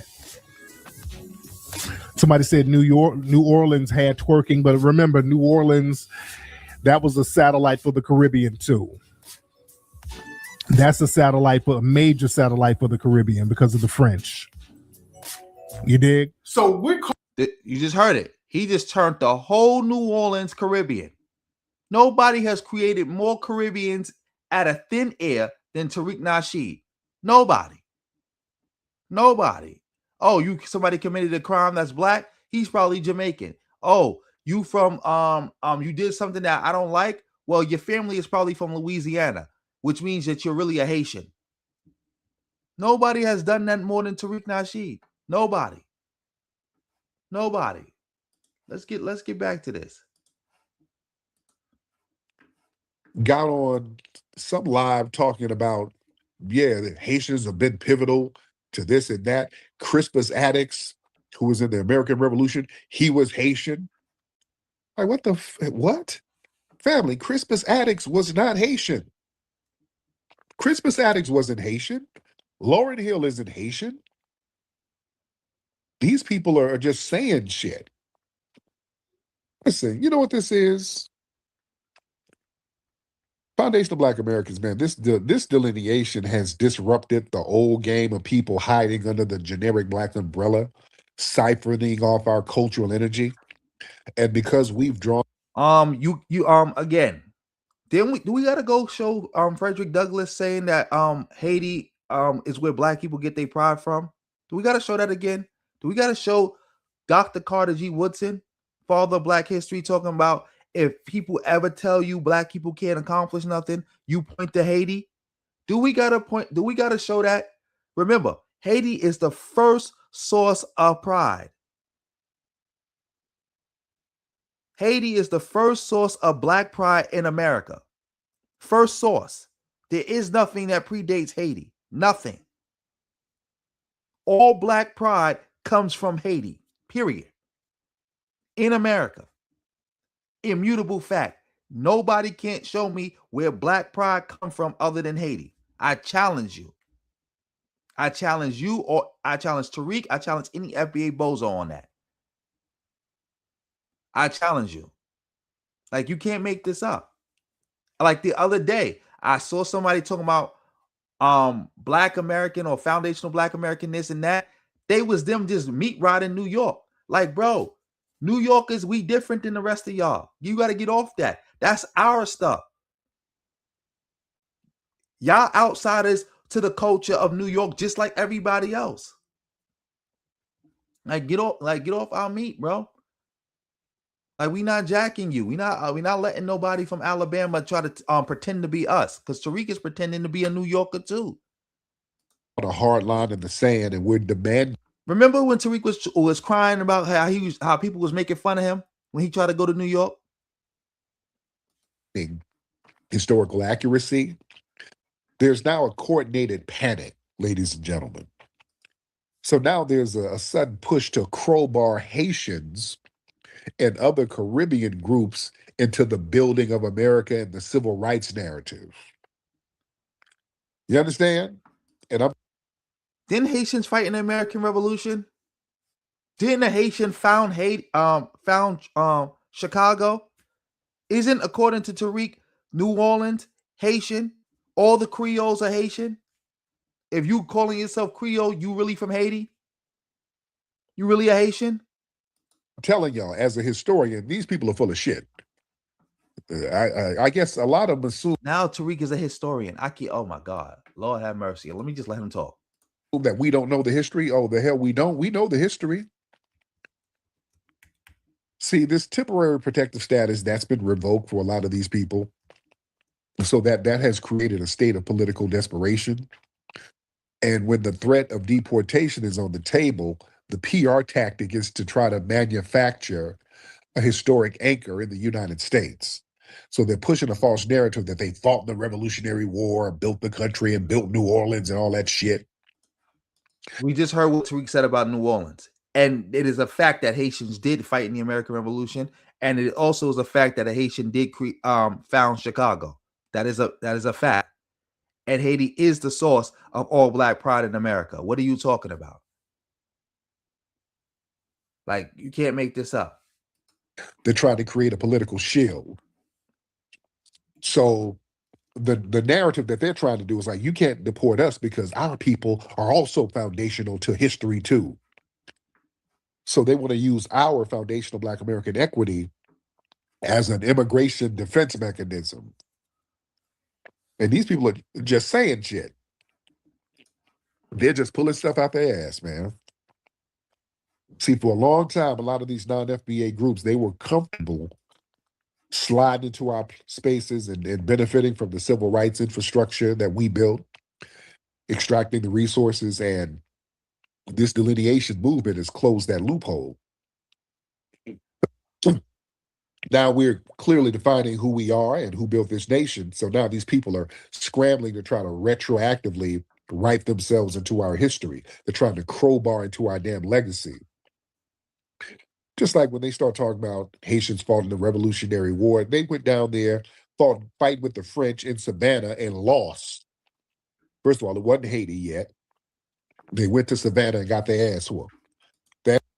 You see the disrespect?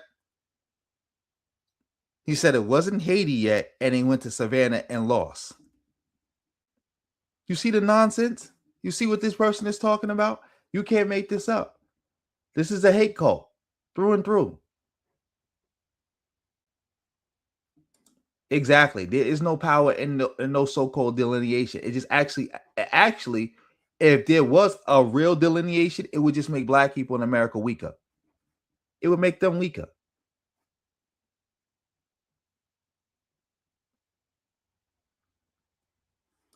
Exactly. These FBA bozos is always trying to take credit for something that somebody did in the history that would never, ever, ever be FBA or ever bang with them. And these people go against everything those people stood for. It's like a white person who be talking that, oh, it was the Republicans who did the Reconstruction Amendment while waving a Confederate flag and having a MAGA hat on. Do you think the people who actually did it would ever bang with you? You think those radical Republicans would ever deal with a MAGA Republican? You even think they're the same? Like, come on now. Like for real. That's not a flex. You know? Then they start talking about W.B. Du Bois was Haitian. W.B. Du Bois was FBA. He had a Haitian or Saint-Domingue ancestor, but he was. So how is that? So Roland Martin is Haitian. We watched him say that Roland Martin is Haitian because one of his great grandparents happened to be Haitian. But somehow, some way, W.E.B. Du Bois having Haitian ancestry doesn't make him Haitian. You see how he play?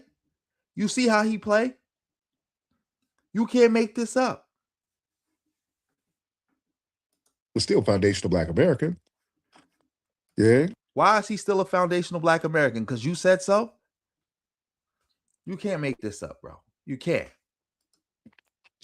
Then they like to bring up Harry Belafonte and Stokely Carmichael and all these people that were around in the civil rights movement. Yeah, there was. They were the civil rights movement. They weren't around during the civil rights movement. They were the civil rights movement.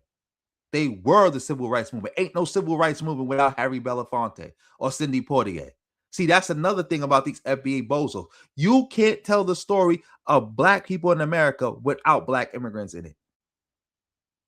You can't. That's the funny part about it. There's no aspect of the history you can tell. You can't tell it. Haiti, the source of all Black pride in America. You can't tell the story of Black pride or Black people rising up or wanting to really organize and say we gonna create our own land and this and that without Haiti. You can't do it. No Harlem Renaissance, no hip hop. I'm skipping around, but no Black Power era, no civil rights era, no civil rights movement. It's not possible. It's not. Nothing. No matter what you want to name. Jazz. Wherever you want to go with it.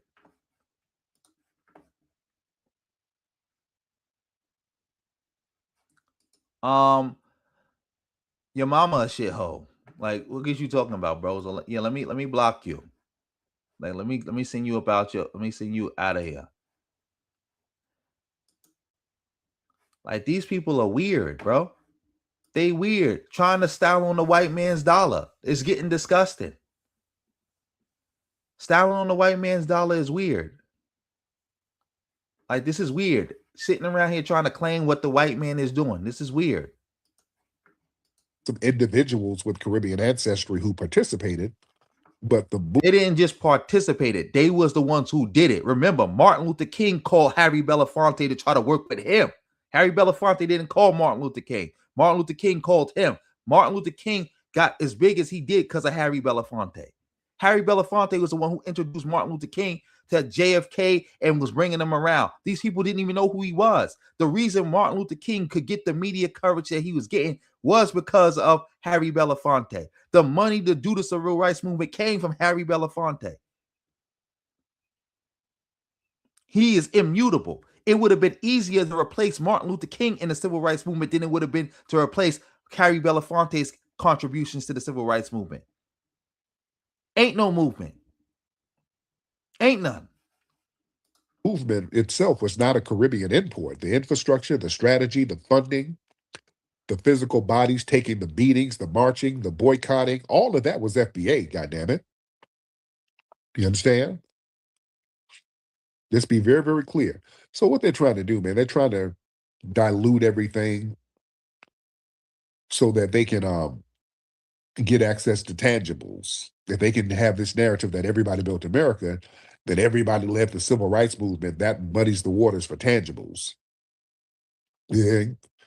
And then they do this fake Pan-African guilt trip. They try to use a romanticized, weaponized version of Pan-Africanism to try to guilt trip foundational Black Americans into disrespecting or accepting their disrespect. So if we correct people, if they start lying on Crispus Attucks and all our other... Nobody's lying. This is so corny. This is so corny. Oh, you talking about this person? I don't know who this is, so I'm just gonna put him on a timeout. I just keep putting out a monkey emoji. He probably one of these FBA bozos. You know how they do that. I didn't see that. Shout out to you.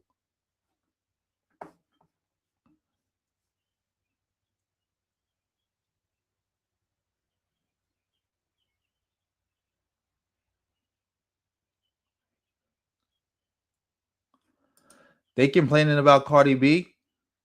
What are they complaining about? Oh,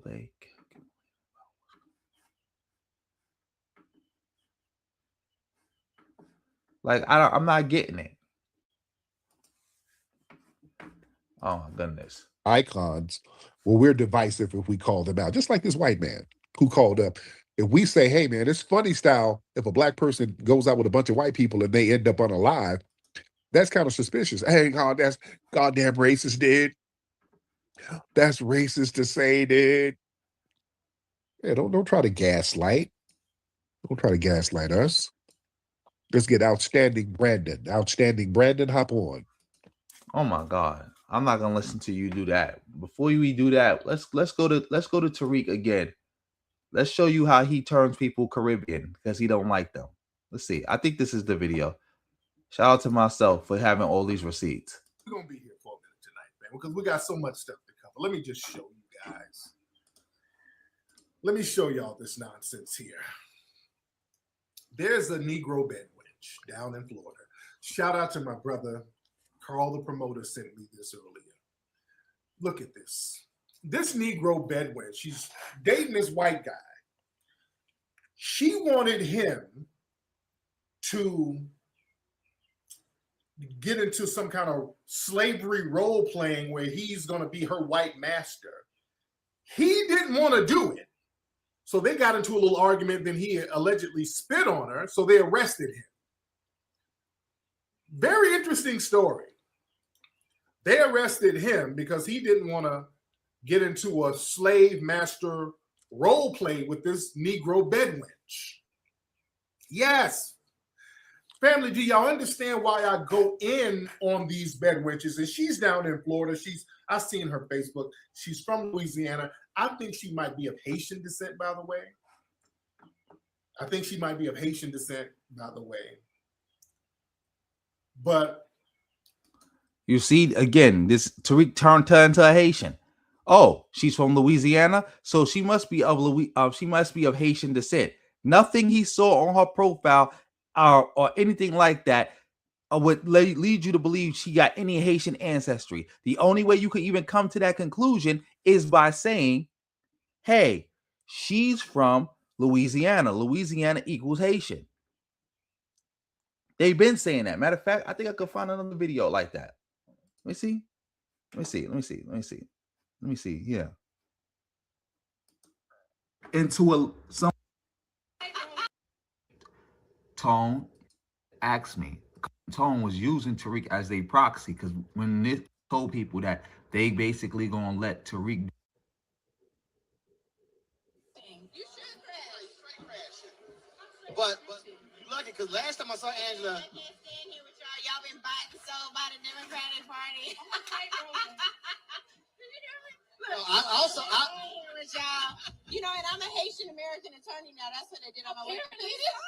Haitian American attorney. My baby. Hey. So we gonna welcome to the Haitian fold. I mean, I guess, but actually, my great granddad was Haitian. My paternal great grandparents migrated from Haiti. As was everyone in New Orleans. Again, yeah, So that's the FBA hate cult for you. That's the FBA hate cult. But let me get back to this because again, it's getting late. Shout out to everybody in the building, for everybody who rocking with me. Let's get back to this. And oh yeah, Fahima, I forgot to say, it sounds like the Essence Festival was a success. 100,000 people there. Sound like it was a success. That's why none of the bozos is talking about it. If it was like 10,000 people there, they would have been doing nonstop stories about how they destroy Essence because they tired of the tethers. But yeah, let's get back to this. Mr. Brandon, hop on, sir. Yo, what's up, big bro? Hey, man, how are you, sir? Man, what's that word, Charlie Wiley? I wanted to bring up this point. As a kid, we used to have to my moms and they had us watch this movie with Ice-T called Game. Surviving the game. I know what you're talking about. Surviving the game, exactly. And that terrified the hell out of me. Excuse my French, you know what I'm saying? I know we're doing a YouTube thing. I'm like, it terrorized the hell out of me. But it always embedded that in my mind that, you know, if you the only black person, you know, you looking at a strong situation where they can't pull a tech like that. Like I was working back in Chicago, I was working this this We're not listening. convention center. Yeah, the movie's called Surviving the Game. Well, Yeah, we're not listening to his testimonial about how he's an FBA bozo. Ice-T. Movie came out, I think, in the early 90s. It's a deep movie, man. Ice-T played a homeless guy and some rich white dudes. Bro. Right. And so, you know, and I like to tell all my cousins, man, who are in college, bro. So, like, when we went, why he probably just drowned, man. I mean, that's probably what happened. Really? Yeah. I mean, look, dude, people disappear. Brothers, we go out, man. We show up together. We gonna leave together, all of us. If 5 of us show up, 5 of us gonna leave. Unless somebody pulls a honey and he said, hey man, I'm gonna roll with her. We know where everybody's gonna be. We're not just gonna leave nobody. We ain't doing that. What's up, Bubba? Yo, Tariq, what's up? I'm good, Bubba. How are you? Yeah, no, man. I think it was kind of messed up on the kids, not like checking on their friend to go pick them up. That's for sure suspicious. Right. Yeah, but however, it's like, dude, people disappear all the time, like especially in boating. You know what I'm saying? Really? Like they were on like this island, like swimming on there. There could have been a number of reasons, like why he probably just drowned, man. I mean, that's probably what happened. Really? Yeah. I mean, look, do you remember in 2009 at the same time of the Johan van der Sloot, right?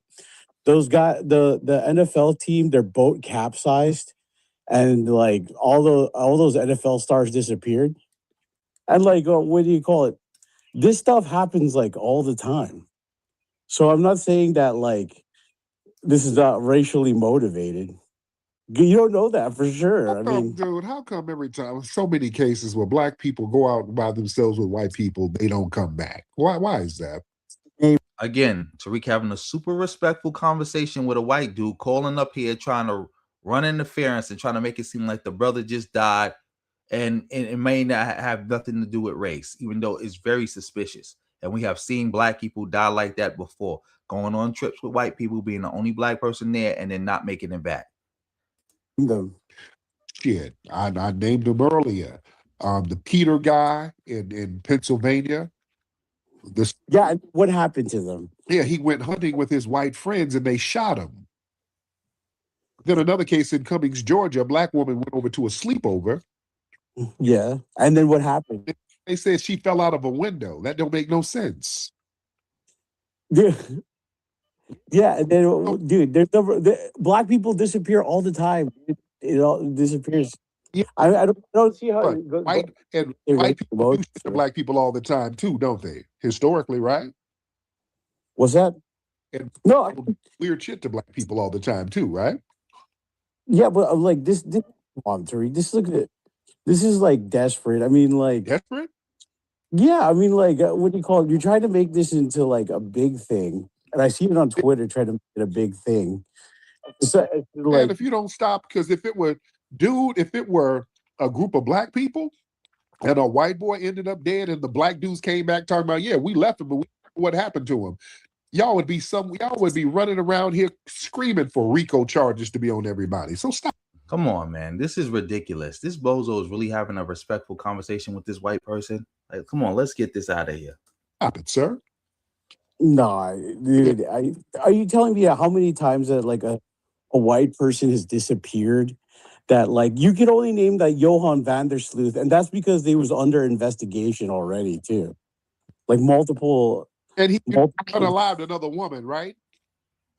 Yeah, he did that for multiple women. That's why the search was so like active, dude. Like, I mean, it all depends on like your high profile and whether or not your case. Like, I don't believe this. Like, this is this is what we're talking about right here. Boy, they get to explain it. The splaining is real. This is how they get on code with each other, ladies and gentlemen. Listen to this guy right here. This is why you don't take your ass over there by yourself. Because you guys are paranoid Negro time, dude. Doing explaining. Paranoid Negroes. This is what it is.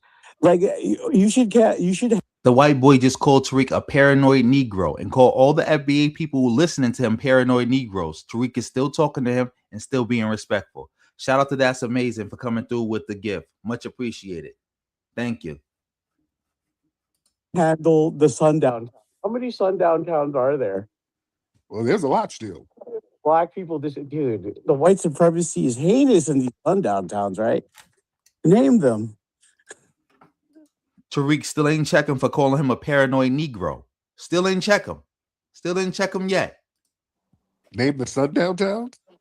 Yeah, I mean, name it. How many sundown towns? How many how many people did they have they lynched? And this white boy audio is crazy janky. Like it is. I'm using his word, janky. Like this thing sounds terrible. It's twisted. And Tariq is still sitting here trying to have a conversation, a civil conversation with a racist white boy who called him a paranoid Negro.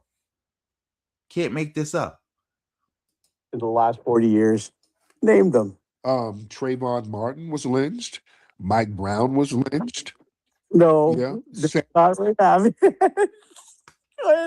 Yeah, you can, just because you ain't hanging somebody in public. Trayvon Martin lynched as he attacked George Zimmerman. Stop with that attack George Zimmerman shit. That was a lynching. I don't know. I heard that she's half Haitian. I heard that she's not Haitian at all. That like people just think she Haitian because she's so locked in with the Haitians. The same way people think Future is Haitian, and some people said she's Jamaican. I don't know. I just know that the FBA bozos think she's Haitian. That's why they were attacking her and saying she doesn't deserve her award. Because why? Because she's a one-hit wonder. She's a Haitian one-hit wonder, and she don't deserve that award. So even if she's not Haitian, they think she Haitian. That's why they attacking her. Shout out to you again for that gift. That's why y'all white supremacists supported him. Yeah. Yo. Lynching still go on. Yeah. Come on, he was attacking George Zimmerman. If you don't stop. All right, Bubba. This is why, ladies and gentlemen, you don't go nowhere with these people. That right there is why you don't go nowhere with them. They get on that white supremacist code, ladies and gentlemen. They get on code. Let's get Josh in the building. Josh, hop on in, Josh. And y'all retweet this. Hey, what's going on, brother? Oh, wait. Shout out to Justin March, my first moderator. He coming through. He came through and gifted 10 memberships. Family, Justin March gifted you a membership. Make sure you thank him and make sure you keep it going. Salute, bro. Thank you for all the support that you're showing and you have shown over the weeks and the months. Much appreciated. Much appreciated.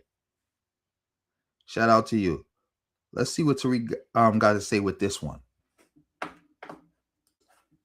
Tariq, man. Just wanted to tap in with you real quick because I got a little kind of context and insight into kind of, white culture. Just want to start off. I am FBA from South Carolina, Spartanburg to be exact. Yes, sir. On that. And when I see a lot of people talk about South Carolina, you got to ask these people what city they from. Oh, yeah. Because they be lying. So, but just to say this, so I went to the University of South Carolina. I did pledge a white fraternity because I was watching Animal House and stuff growing up. So I was trying to really just turn up, to be honest, and party and do all that. I thought it was going to be like that. So a lot of my close friends is white. And all that, the part about the story with him saying they thought he caught another ride, that don't even make sense right there, man. Like, I done been out with a lot of white people a lot of times, they don't operate like that when that's really your boys. Like, they going to make sure you get home.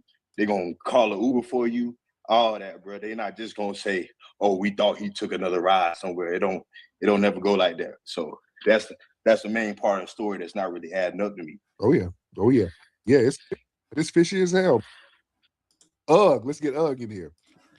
Yeah, I saw that, Fahima. Not one insult to that white man. Not one insult. He called Tariq and all the FBAs listening to him paranoid Negroes. Paranoid Negroes. Disrespected them. Violated them. Tariq, not one insult. Not one where your family from, what homeland, none of that. Not one of it. Not one.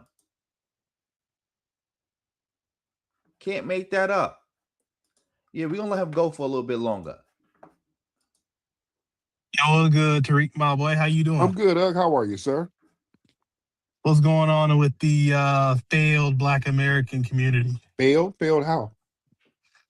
I mean, your whole existence is because of white people. So Okay, are you what Himothy? Are you Himothy? Because you sound like Himothy. Are you Himothy? yeah, it's me again. Oh, okay. Oh, okay. Yeah, you being mad and jealous because you were failed tether. I mean, damn. What do you have that I need to be jealous of? Running water and toilets. But I'm here in America, though. Exactly. You're welcome. You have them under us, right? That's because of the Jews, my boy. Yeah, you can sit there and talk about Jews and all that. Trolling is the way your way of coping. Failed. So wait, so you think I'm here in this country because of you and your people? You're in your failed homeland. But I'm here because of the opportunity. There's opportunity here. Because of there's opportunity in your homeland, but they don't let you have it. The British whoop your ass, right? Brother, I hate to break it to you, but you provide no opportunities for anyone in this country. How come you could do it in your own homeland? There's white people there. The British, they were whooping your ass. There's no infrastructure there to run businesses. Right. All they do is extract your damn resources and leave you struggling and hungry. Well, yeah. Exactly. That's why I have every right to come here. Well, you have a right to come here because of us, sir. Sir, but if there's no opportunities when I come here, what's the point of coming here? Sir, the fact that you can wipe your ass with toilet paper is an opportunity. It's better than your failed homeland. That doesn't make any sense, bro. There's money over here. It does. Because, yeah, if it weren't for us, you'd be somewhere riding a camel, eating some injera, riding a goddamn pirate boat. Again, you run no institute. Oh, we got an FBA bozo in the building. Your mama a dick eater, bozo. And your buck broken ancestors is dick eaters. Those are the real eaters. So let's go back to this. Nor do you run any businesses to help create opportunities. So therefore, I'm here because of the white man. Didn't know you're not. Yeah, you know you're not. Yeah, we run businesses. Shout out to Johnson, my brother Johnson, 99 years old, the Johnson Company, Black Hair Care Products, Icon, Foundational Black American, who just passed today. Yeah, we got Icon, sir. We run businesses. We do what we do. We're the only first world melanated people on the planet, and that's why you had to come under us, right? Why Tariq keeps saying this? Like, I don't get it. Where did he get this new term, only first world melanated people? Like, I don't know. I wish that I wasn't blocked so I could ask him, what do you mean by that? Because the Chinese have melanin. Like, what do you mean? You only mean black people? Is that what you mean? And again, this is the white man's country. You in the same category as a black immigrant who just came here. This is not your country. You don't own this country. America was started by George Washington, Thomas Jefferson, Benjamin Franklin, James Madison, John Jay. They the ones who started America. This is their country. They set it up for them and their progeny. That's who America's for. This is their country. Everybody else just live in it. Like, that doesn't even make any sense.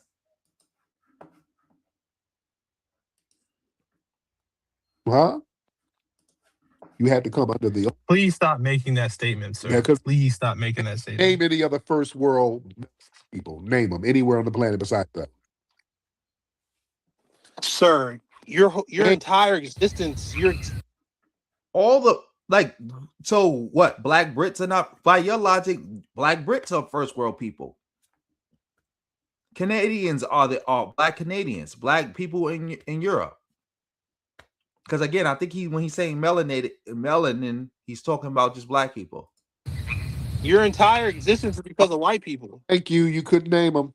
Look at that. Tariq just played monkey sounds. I'm rewinding it. Tariq literally just played monkey sounds when he's talking to an African person. I don't know if this person is really African or not, but he just played monkey sounds talking to an African person. You can't make this up. Stop making that statement. Name any other first world people. Name them anywhere on the planet besides that. Sir, your entire existence, Your entire existence is because of white people. Thank you. You couldn't name them. Your entire existence is because of white. Yeah. We're the only first. Exactly. He just played the monkey sounds. And again, FBA, you're not the only first world black people. And again, this is not your country. Why do y'all keep talking about America being your country? This is not your country. You're styling on the white man's dollar. By this logic, all those people who are basically slaves, who built the Gulf Coast, who built all the Gulf Coast countries, who built Dubai and all that, can't they be like, well, we are first world people? Can't somebody from Bangladesh be like, I'm a foundational construction worker? I'm a first worlder because I built Dubai. I came here. They didn't pay me. They took away my passport. They made me work. I had to watch people die every day. But I'm still here. I'm a first world construction worker. Like, come on, man. Can't make this up. First world melanated people, sir. You had to come up under us. That's why you jealous and mad. You being jealous and mad won't change that fact, sir. Hayes. What's up, Hayes? Brother Hayes? Hey, brother Tariq, how you doing? I'm good, sir. How are you, Hayes? Doing all right. Hey, I just wanted to let you know. I'm gonna answer your question. Lauryn Hill. First of all, FBA is a hate cult. There's no people named FBA. That's a hate cult, a white nationalist psyop created by Tariq Nasheed. Also, yes, because again, I just looked it up. Her response to she had to tell people that she was a Haitian. She said she's Haitian by association, just like Future. People thought Future was Haitian for years, and then he had to finally clear it up that he's not Haitian. He just rolled with Haitians all the time. So doesn't that mean that, according to Tariq's logic, isn't she cosplaying a Haitian then?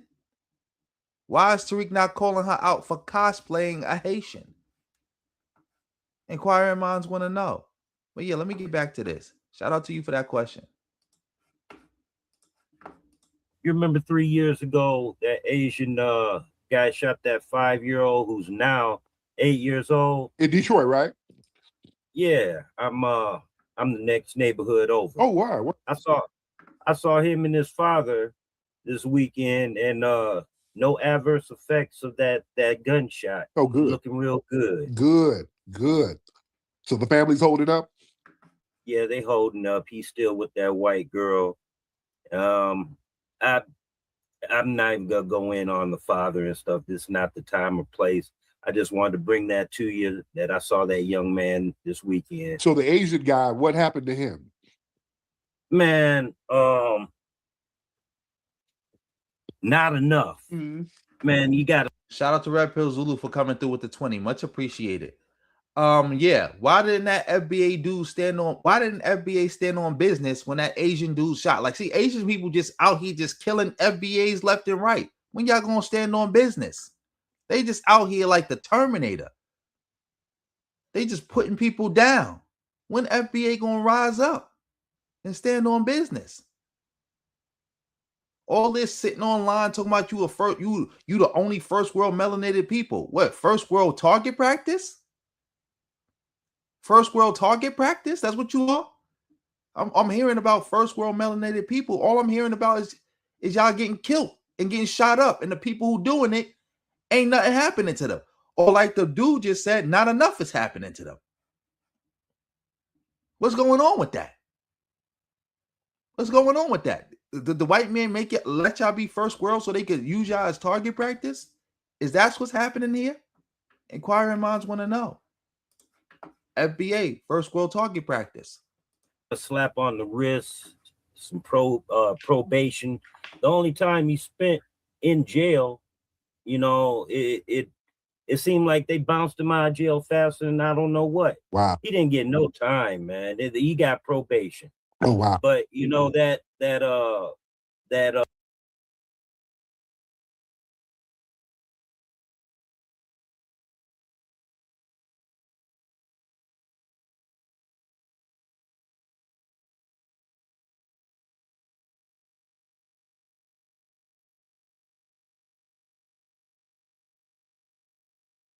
how this group, shout out to everybody in the building. When is FBA going to get their lick back?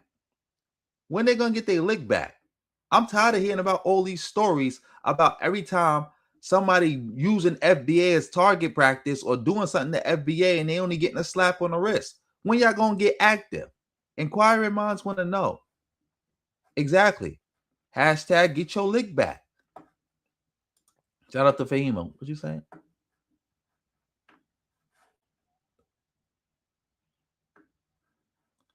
Exactly, Fahima. And what's also funny about that? A lot of the people who laid the black people who worked on the Panama Canal, the United States of America gave them citizenship in America. They brought them to America. I think it was citizenship or permanent residence, something like that. Well, I know a bunch of them got brought to America. That's another thing when FBA keeps saying, oh, we fought for other people to be here. That's a lie. The U.S. government itself was bringing black immigrants to this country. But yeah, let's get back to this. Vietnamese restaurant that he was working at. Yeah. Yeah, they had to dry up. And they fired him because wasn't nobody black, white, or in between going to that place because what he did was foul. Oh yeah. Oh yeah. My man. Thank you so much for that, man. Yeah, I remember that case.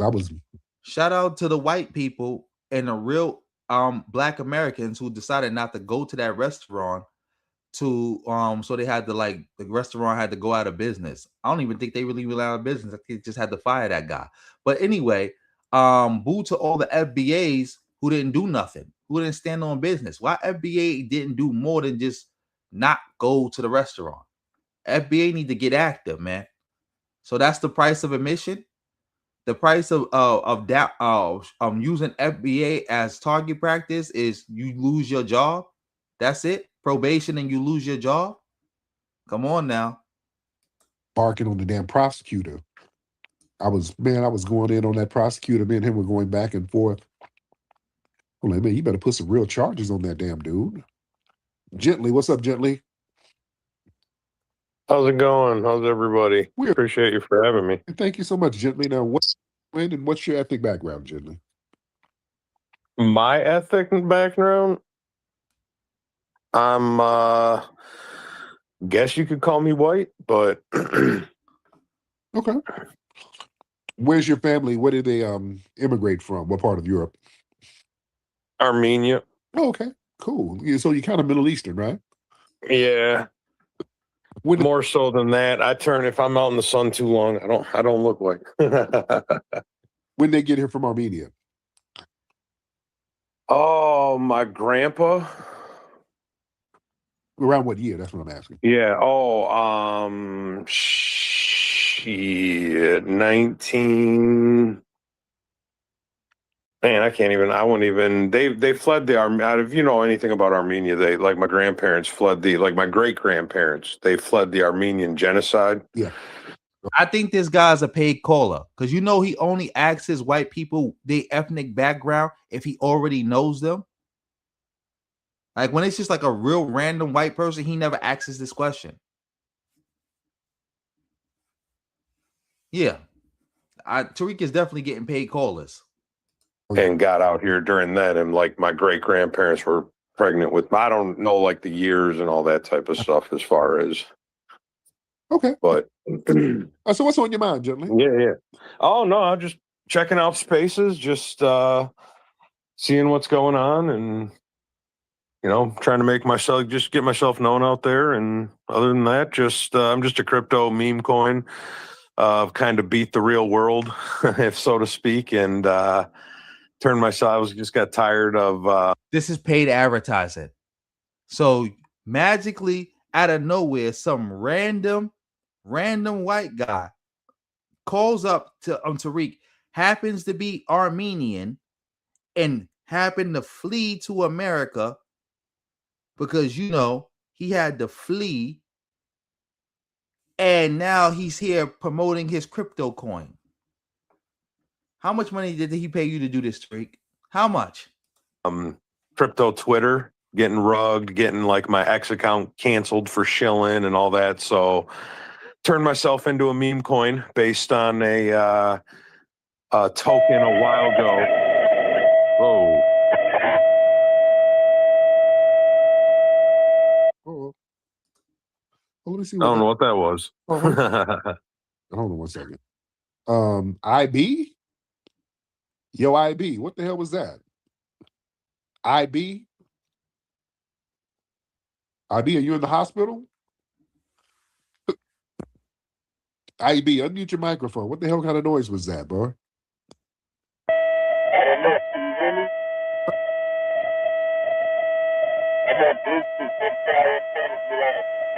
Oh hell no, we getting off this. Shout out to everybody in the building. Matter of fact, let me just fast forward past this to confirm myself. Thank you. Chris. Hey, how you doing? Hey, what's up? Can you hear me? I can hear you. What's up, Chris? I ain't never heard a phone that damn janky. Chris. Hey, how you doing? Hey, what's up? Can you hear me? I can hear you. What's up, Chris? Hey, how you doing, Tariq? So I'm gonna try to be brief. I'm a first-time caller, but I've been listening for a while. But I wanted to speak on the Northern Wales case because I just felt like there's a lot of similarities to something that happened to my cousin a long time ago. I'm 30 now, but I was Now we don't want to hear no FBA testimonial. Shout out to everybody in the building. Ooh, shout out to everybody in the building. It is. What time is it? It's 5 in the morning, 5:30. I gotta get ready. Shout out to everybody in the building. Maybe I could do one more thing. I don't know. Maybe I could do one more. One more thing. Who knows? One more thing. One more. Maybe we could do one more. One more thing. I don't know. Maybe not. Shout out to everybody in the building though who came through. I know this was kind of late and it was kind of awkward. No, Fahima, I haven't been checking my emails or nothing like that. But I'm definitely gonna check it. But I haven't been checking my emails and stuff like that. But thank you again for keeping me in mind. I'm gonna definitely check it. That's what I was saying too. I just started checking the Twitter and I'm seeing that I was like thumbs up. How am I giving these messages thumbs up? I don't even remember even seeing these messages. But yeah, let's see if I could find one more thing. Maybe one more something like cool that we could do real quick before we gotta go. Because I definitely might have to go right now. Let's see.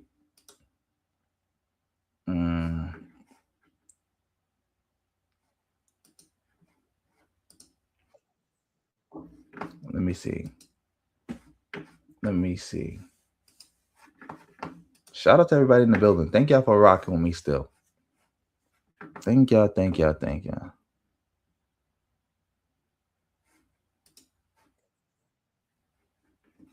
me see. Let's see if I can find that video. Because somebody told me something about Ant CEO. Let me see if I can find that.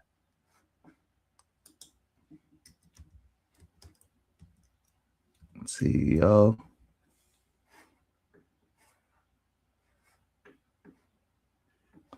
I think we can save that for another time. Let me see. Can y'all see my screen? Shout out to everybody in the building. Can y'all see my screen? This is supposed to be I don't know if we could do this. This is supposed to be Pan-Africanist versus CEO Ant. Can we do this? Let me see what time it is. I think we can do this. I think we can. Let's just start it. Shout out to everybody in the building. So what's your assertion?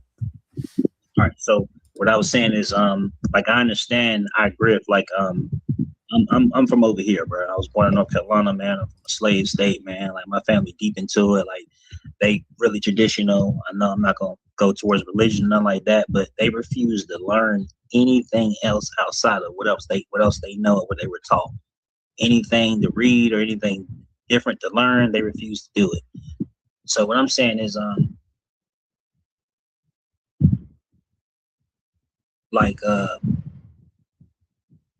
understand like how people come over here and like multinationals or whatever the case may be, people that came over here through the Civil Rights Act, whatever. They come over here and be racist as hell against black people. I mean, a lot of people who straight up tell me like Haitian Americans or black whatever, or Jamaicans or whatever, that they were told when they got over here not to really bother black Americans like that because we're lazy, we're this, we that, we got the stereotypes and stuff. But also, are you a black American? Yeah, I am myself. I am myself, bro. I am. So foundational black, whatever, black American, whatever. All right, this is already off to a bad start. This dude, Ant CEO, is not even paying attention. The dude clearly just told you that he is, in fact, a black American.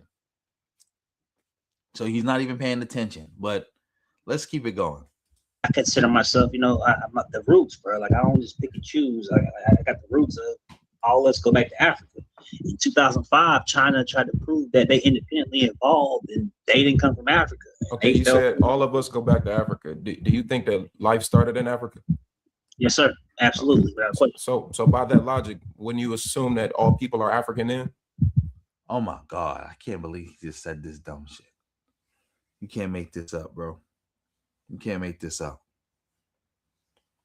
Somebody told me I would watch this and this will burst my brain.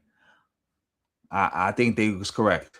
No, not even just that. No, not even just that. I know that different people come from different places. Well, if you hold on, you mean not even just that. So if you're saying not even just that, that means that you believe that that's true. So if you're saying that all life come from Africa, then that would mean including everybody that's a human if all life started in Africa. So when you say that our roots are in Africa, is that you saying that you have something against black Americans just basically having ethnic pride here in America? So what's like, let's just say, and some black Americans do have roots in Africa. What does that have to do with, if all life come from Africa, then we back at square one. So why do black Americans have to be connected to Africa and everybody else doesn't have to be connected to Africa? I don't understand the notion about just ethnic pride.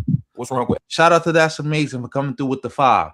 The one with the hat, the light skin one, with the video game behind him, the arcade game behind him. That's the FBA bozo. This is who Tariq put in Hitting Color 6, by the way. Ant CEO. To replace Professor James Smalls. This is who he put in there. You can't make this up. Ethnic pride. But you said you wanted to address FBA. That was initially your standpoint. What about FBA did you want to address? We still haven't gotten to that. But answer the first question about the Africa thing. Real quick, I want to tell y'all about a way that y'all can make some extra cash right from your phone. It's 100% legit. Oh, we're not doing that. Skip it right past that.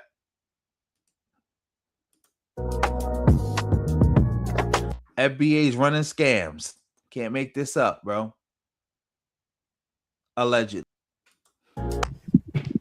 Right. So the first question was, what does that have to do with like if everybody go back to Africa, then if all life comes from Africa, then what's the notion that that's the roots? Because everybody will have to go back to the so-called roots that you're speaking on. They not African, bro. That's the issue. Like you FBA bozos keep trying to get out of being African by saying, well, everybody come back, everybody from Africa. They not Africans, bro. That's the point. You are of direct African descent. Your ancestors didn't leave Africa 6,000 years ago and then turn into something else. That's the difference. Like, imagine that. Imagine a Chinese person. Let's say, for example, I ain't gonna even give no example because you don't even need no example. We could just use what the truth of the matter. The truth of the matter is this: life started in Africa. People left. A couple of people left Africa. They mutated. And all that other stuff, and that's how we got all the other races. Those people are not Africans anymore. They mutated and turned into something else. The black population here in America are the descendants of enslaved Africans who were brought here by Europeans. The end. Can't make this up. Shout out to Lee Lee D. Clinton for coming through with the 10. Yes, overnight, over time. You already know. So the reason why I'm saying it like that, I don't know if I said it right, bro. The reason I said it like that, I'm saying it like because it was like we have to separate our history then, right? Like we have to separate we can't claim nothing that mean that Africa created then. Like You're right. We can't claim it. That's not our lineage. That's a person from Ethiopia can't claim civilization advances for somewhere in Nigeria. So somewhere in Nigeria can't claim South African history. Africa is a continent of, do you know how many people? Exactly, but don't I'm asking you a question. Do you know how many people are in Africa? Like, do you understand? A bunch of different Can you cultures. give me a number though? Just throw a number out there. How many people do you think are in Africa? The FBA hate cult cannot stop Black Panther 3. If Black Panther 3 came out, especially because I heard Denzel Washington supposed to be in Black Panther 3, people turning out to watch that movie. FBA cannot stop no Black Panther. That's out. They're going to try right along with the white nationalists, but they can't stop it. They cannot stop it.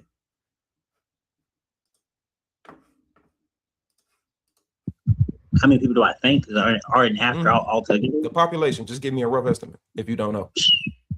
Billions, bro. I don't know. Billions, though. It's 2 billion. It's 2 billion people in Africa. So when you say we can't claim anything in Africa, right? We can't claim anything in Africa because Africa is a continent of 2 billion people with 54 countries and thousands of tribes, different languages.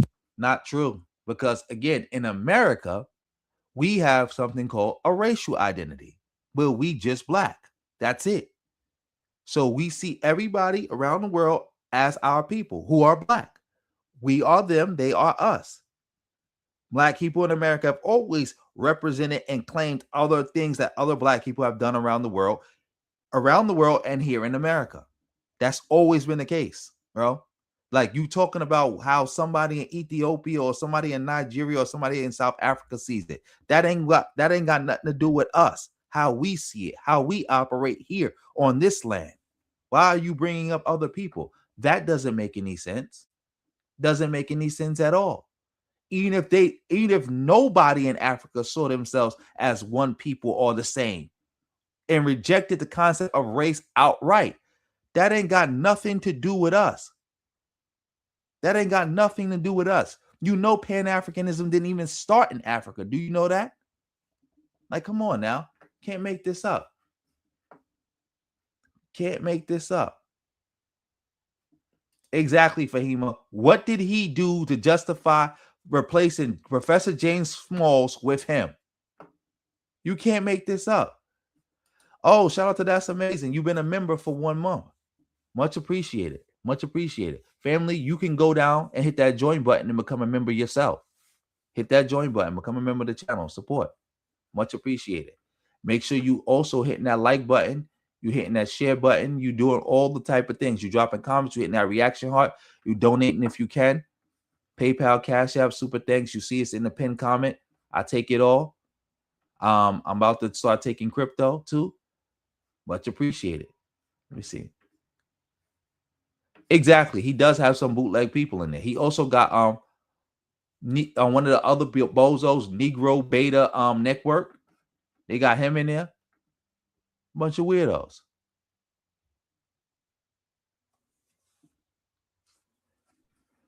Thank you, Kadash. I hope that I'm saying your name right. I think it's Kadash. Thank you. Thank you. Much appreciated. Yeah, let's get back to this. Let's get back to this bozo talking bozo on this. Different styles, different foods, different ways that they operate culturally and ethnically. So when you say we can't claim anything, yeah, the same way an Ethiopian can't claim Congolese history. Exactly, bro.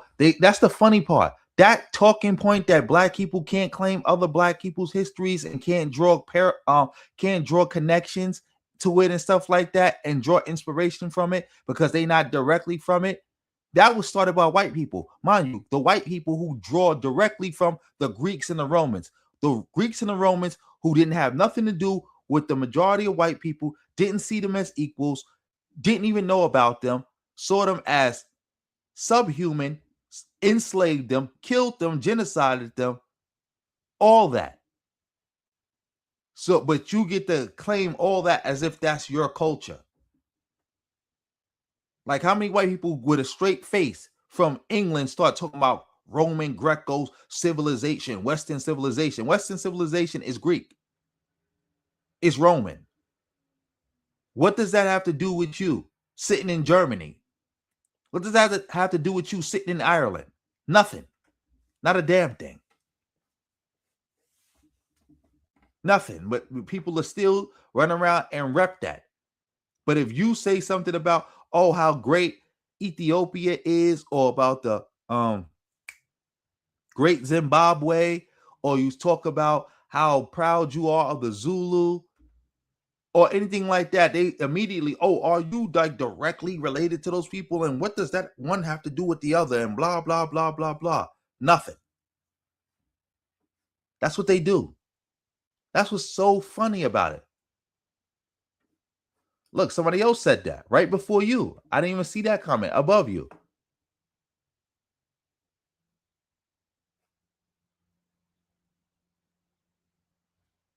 Exactly. No, the Romans went there, and they went there and conquered those people and subjugated them and took their stuff and built the outpost. No different than what they did in the Middle East. So can Middle Easterners claim to be a part of Western civilization? Can somebody sitting in Iraq say, I'm a part of Western civilization? Can somebody in Syria say, I'm a part of Western civilization? Did the Romans see those people as their people? And also, the people who run the UK now are people who got there after the Romans had already left. Remember, the Anglo-Saxons are German people. Those were Germanic tribes. The Anglos, the Saxons, I think the other ones was called the Huns, and they had a couple of others sprinkled in. And then they had an amalgamation, and they just went by Anglo-Saxon. They're not the same people. The Romans didn't even know them. They didn't even bang with them. But yeah, let's keep this going. Same way Congolese can't claim Sudanese history because it's all different places. Africa is a vast, vast, vast landmass, the biggest landmass on earth. So when you say they can't claim it, yeah, why would we need to claim it? Exactly. They all Vikings. They all, like, think about it. Everything. They the Renaissance. They the Three Musketeers. They the Vikings. They the Romans. They the Greeks. They the Spartans. They the Macedonians. They the Celtic warriors. They everything. They the industrialists. They everything. They the Parisians. They everything. We have our own things that we can claim over here in America. The same way a Jamaican is not going to be able to claim Congolese history because they're Jamaican. So I'm confused. So I understand why you're confused and where you're confused. So let me help you out with that. Where I see the confusion is at. Because it's like this, bro. Like even the word sub-Saharan, like that's a word that was introduced in the 19th century. I actually believe, and there's proof that there is no such thing as sub-Saharan. Let's get to the point the point that I made about claiming things. Why would we as Black Americans need to claim African history? Because that's who you are. I mean, that's who we. That's where we come from. That's what we just established. You just established that you believe that all life come from Africa, correct? So if you're saying that all life, do you believe all life come from Africa? Yes or no? Yeah, it does. But we can't. So if that's the case, yes, Fahima, there's some white person claiming that, and it's a bunch of Black people saying that too. Ask people. There's like a bunch of Black people, even that bozo Pharaoh said that, believe that you can walk from the Grand Canyon to Africa. Like a lot of this pseudo stuff that you see all come from Europeans. The Aboriginal indigenous stuff came from the Russians. This also that Black people was walking through the Grand Canyon and there was pyramids in the Grand Canyon and all that came from white people. All this stuff, a lot of this pseudo stuff you hear is either they got it directly from white people, where a white person was teaching it and they made them the boss, or they took something that they heard white people said, put chocolate on it, and then presented it to Black people. You can't make this up. Shout out to That's Amazing for coming through with the 5. Exactly. What they gonna say? Well, America is one country, so it's okay. No, Africa is one continent. We not the same. Everybody know New Yorkers is not the same. Everybody know black people got regional differences. Like, come on now. We're not doing that. New York hip hop is a New York thing. Thank you for coming through with that 5, and thank you for pointing that out. Hold on 1 second. Hold on 1 second. Hold on 1 second. If that's the case, then white people can claim African history. Asians would be able to claim African history. No, they wouldn't. No, they wouldn't. Did this guy disagree with him? We can't. So just for the record, Jackie Chan will be able to claim history that came from Namibia.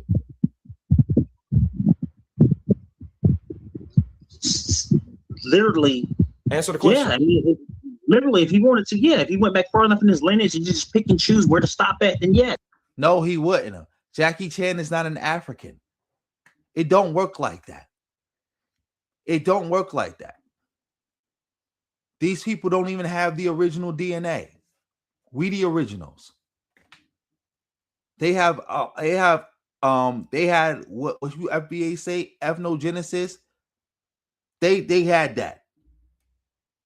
I'm using air quotes right now. I'm just mocking the FBA bozos. So yeah, nobody say, well, oh, they didn't.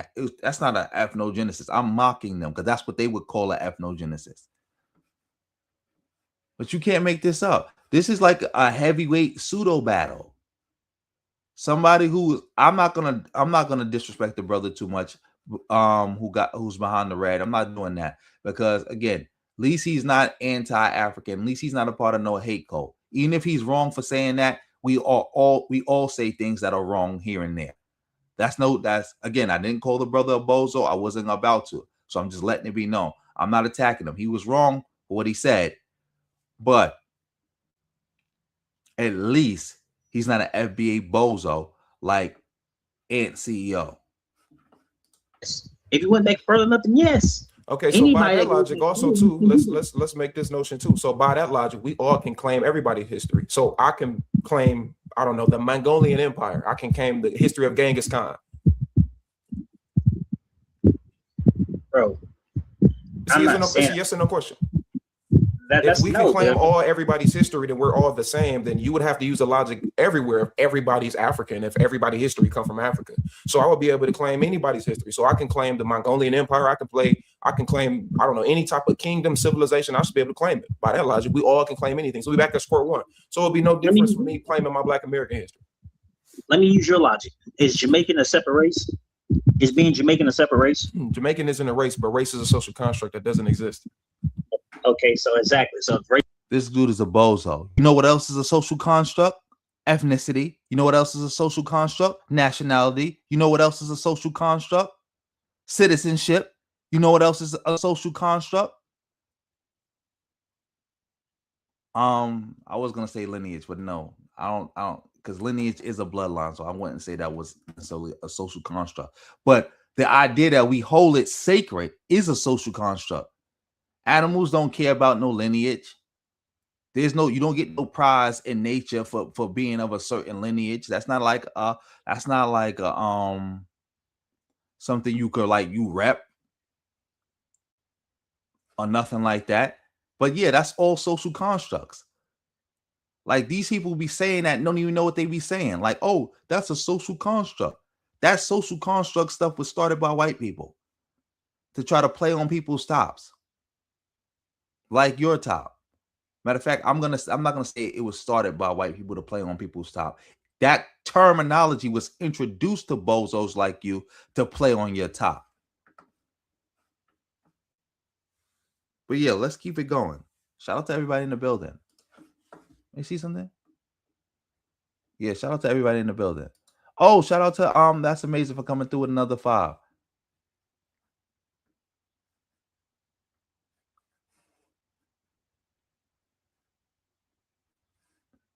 Exactly. It is not this super duper long time ago. They playing themselves. But dang, it's about to be 4, about to be 6. I'm about to have to get off this. We might have to do a part 2, family. We might have to do a part 2. Shout out to everybody in the building. Yeah, we might have to do a part 2. I gotta end it right now because look, I just realized what time it is. Thanks everybody for coming through. Family, if you want to support the channel, PayPal, Cash Apps, Super Thanks, Venmo, I take it all. A whole lot of ones beat a whole lot of nuns. I appreciate everybody who came through. If you if you even came through the live stream, you support it. I thank you. If you hit that thumbs up, you support it. You shared it, you support it. You commented, you hit that reaction heart, you supported it. Thank you. Thank everybody for coming through. Let me do the rundown. Also, I want to thank somebody donated to me on Cash App. That was before I even did the stream. I don't know who you are. Thank you. Much appreciated. I'm going to make sure I shout you out again until I get some type of response or email. But shout out to Romario for coming through with the 7. He set it off with the 7. Shout out to Justin March, my first moderator who came through and gifted 10 memberships. Family, if Justin March gifted you a membership, make sure you keep it going and make sure you thank him. You can raise it, you can lower it, but keep it going. Shout out to Red Pill Zulu for coming through with the 20. Shout out to That's Amazing for coming through with the 5. Shout out to that Lee D. Clinton for coming through with the 10. Shout out to That's Amazing for being a member of the channel for 1 month. Family, you can go hit that join button and become a member of the channel. Much appreciated. Much appreciated, bro, for all the support. Shout out to That's Amazing again for coming through with another 5. Shout out to That's Amazing for coming through with another 5. Shout out to That's Amazing for gifting me, sending me a gift. I also take gifts. Thanks for the gifts. So yeah, let me see something real quick. Yeah, That's Amazing. Let me see. 1, 2. Hey, let me count it up. Let me count it up. Let me make sure I give the brothers proper credit. 1, 2, 3. Shout out to That's Amazing. He came through with 3 super chats and 1 gift. Much appreciated. And again, today makes 1 month of him being a member of the channel. Much appreciated. Let me see what type of, yeah, a level 2 member at that. Much appreciated for all your support, bro. Yeah, I'm sorry I had to end this abruptly like this. I have to go. Time flies when you're having fun. It's about to be 6, and I have to go. I was already been gone, but I'm going now.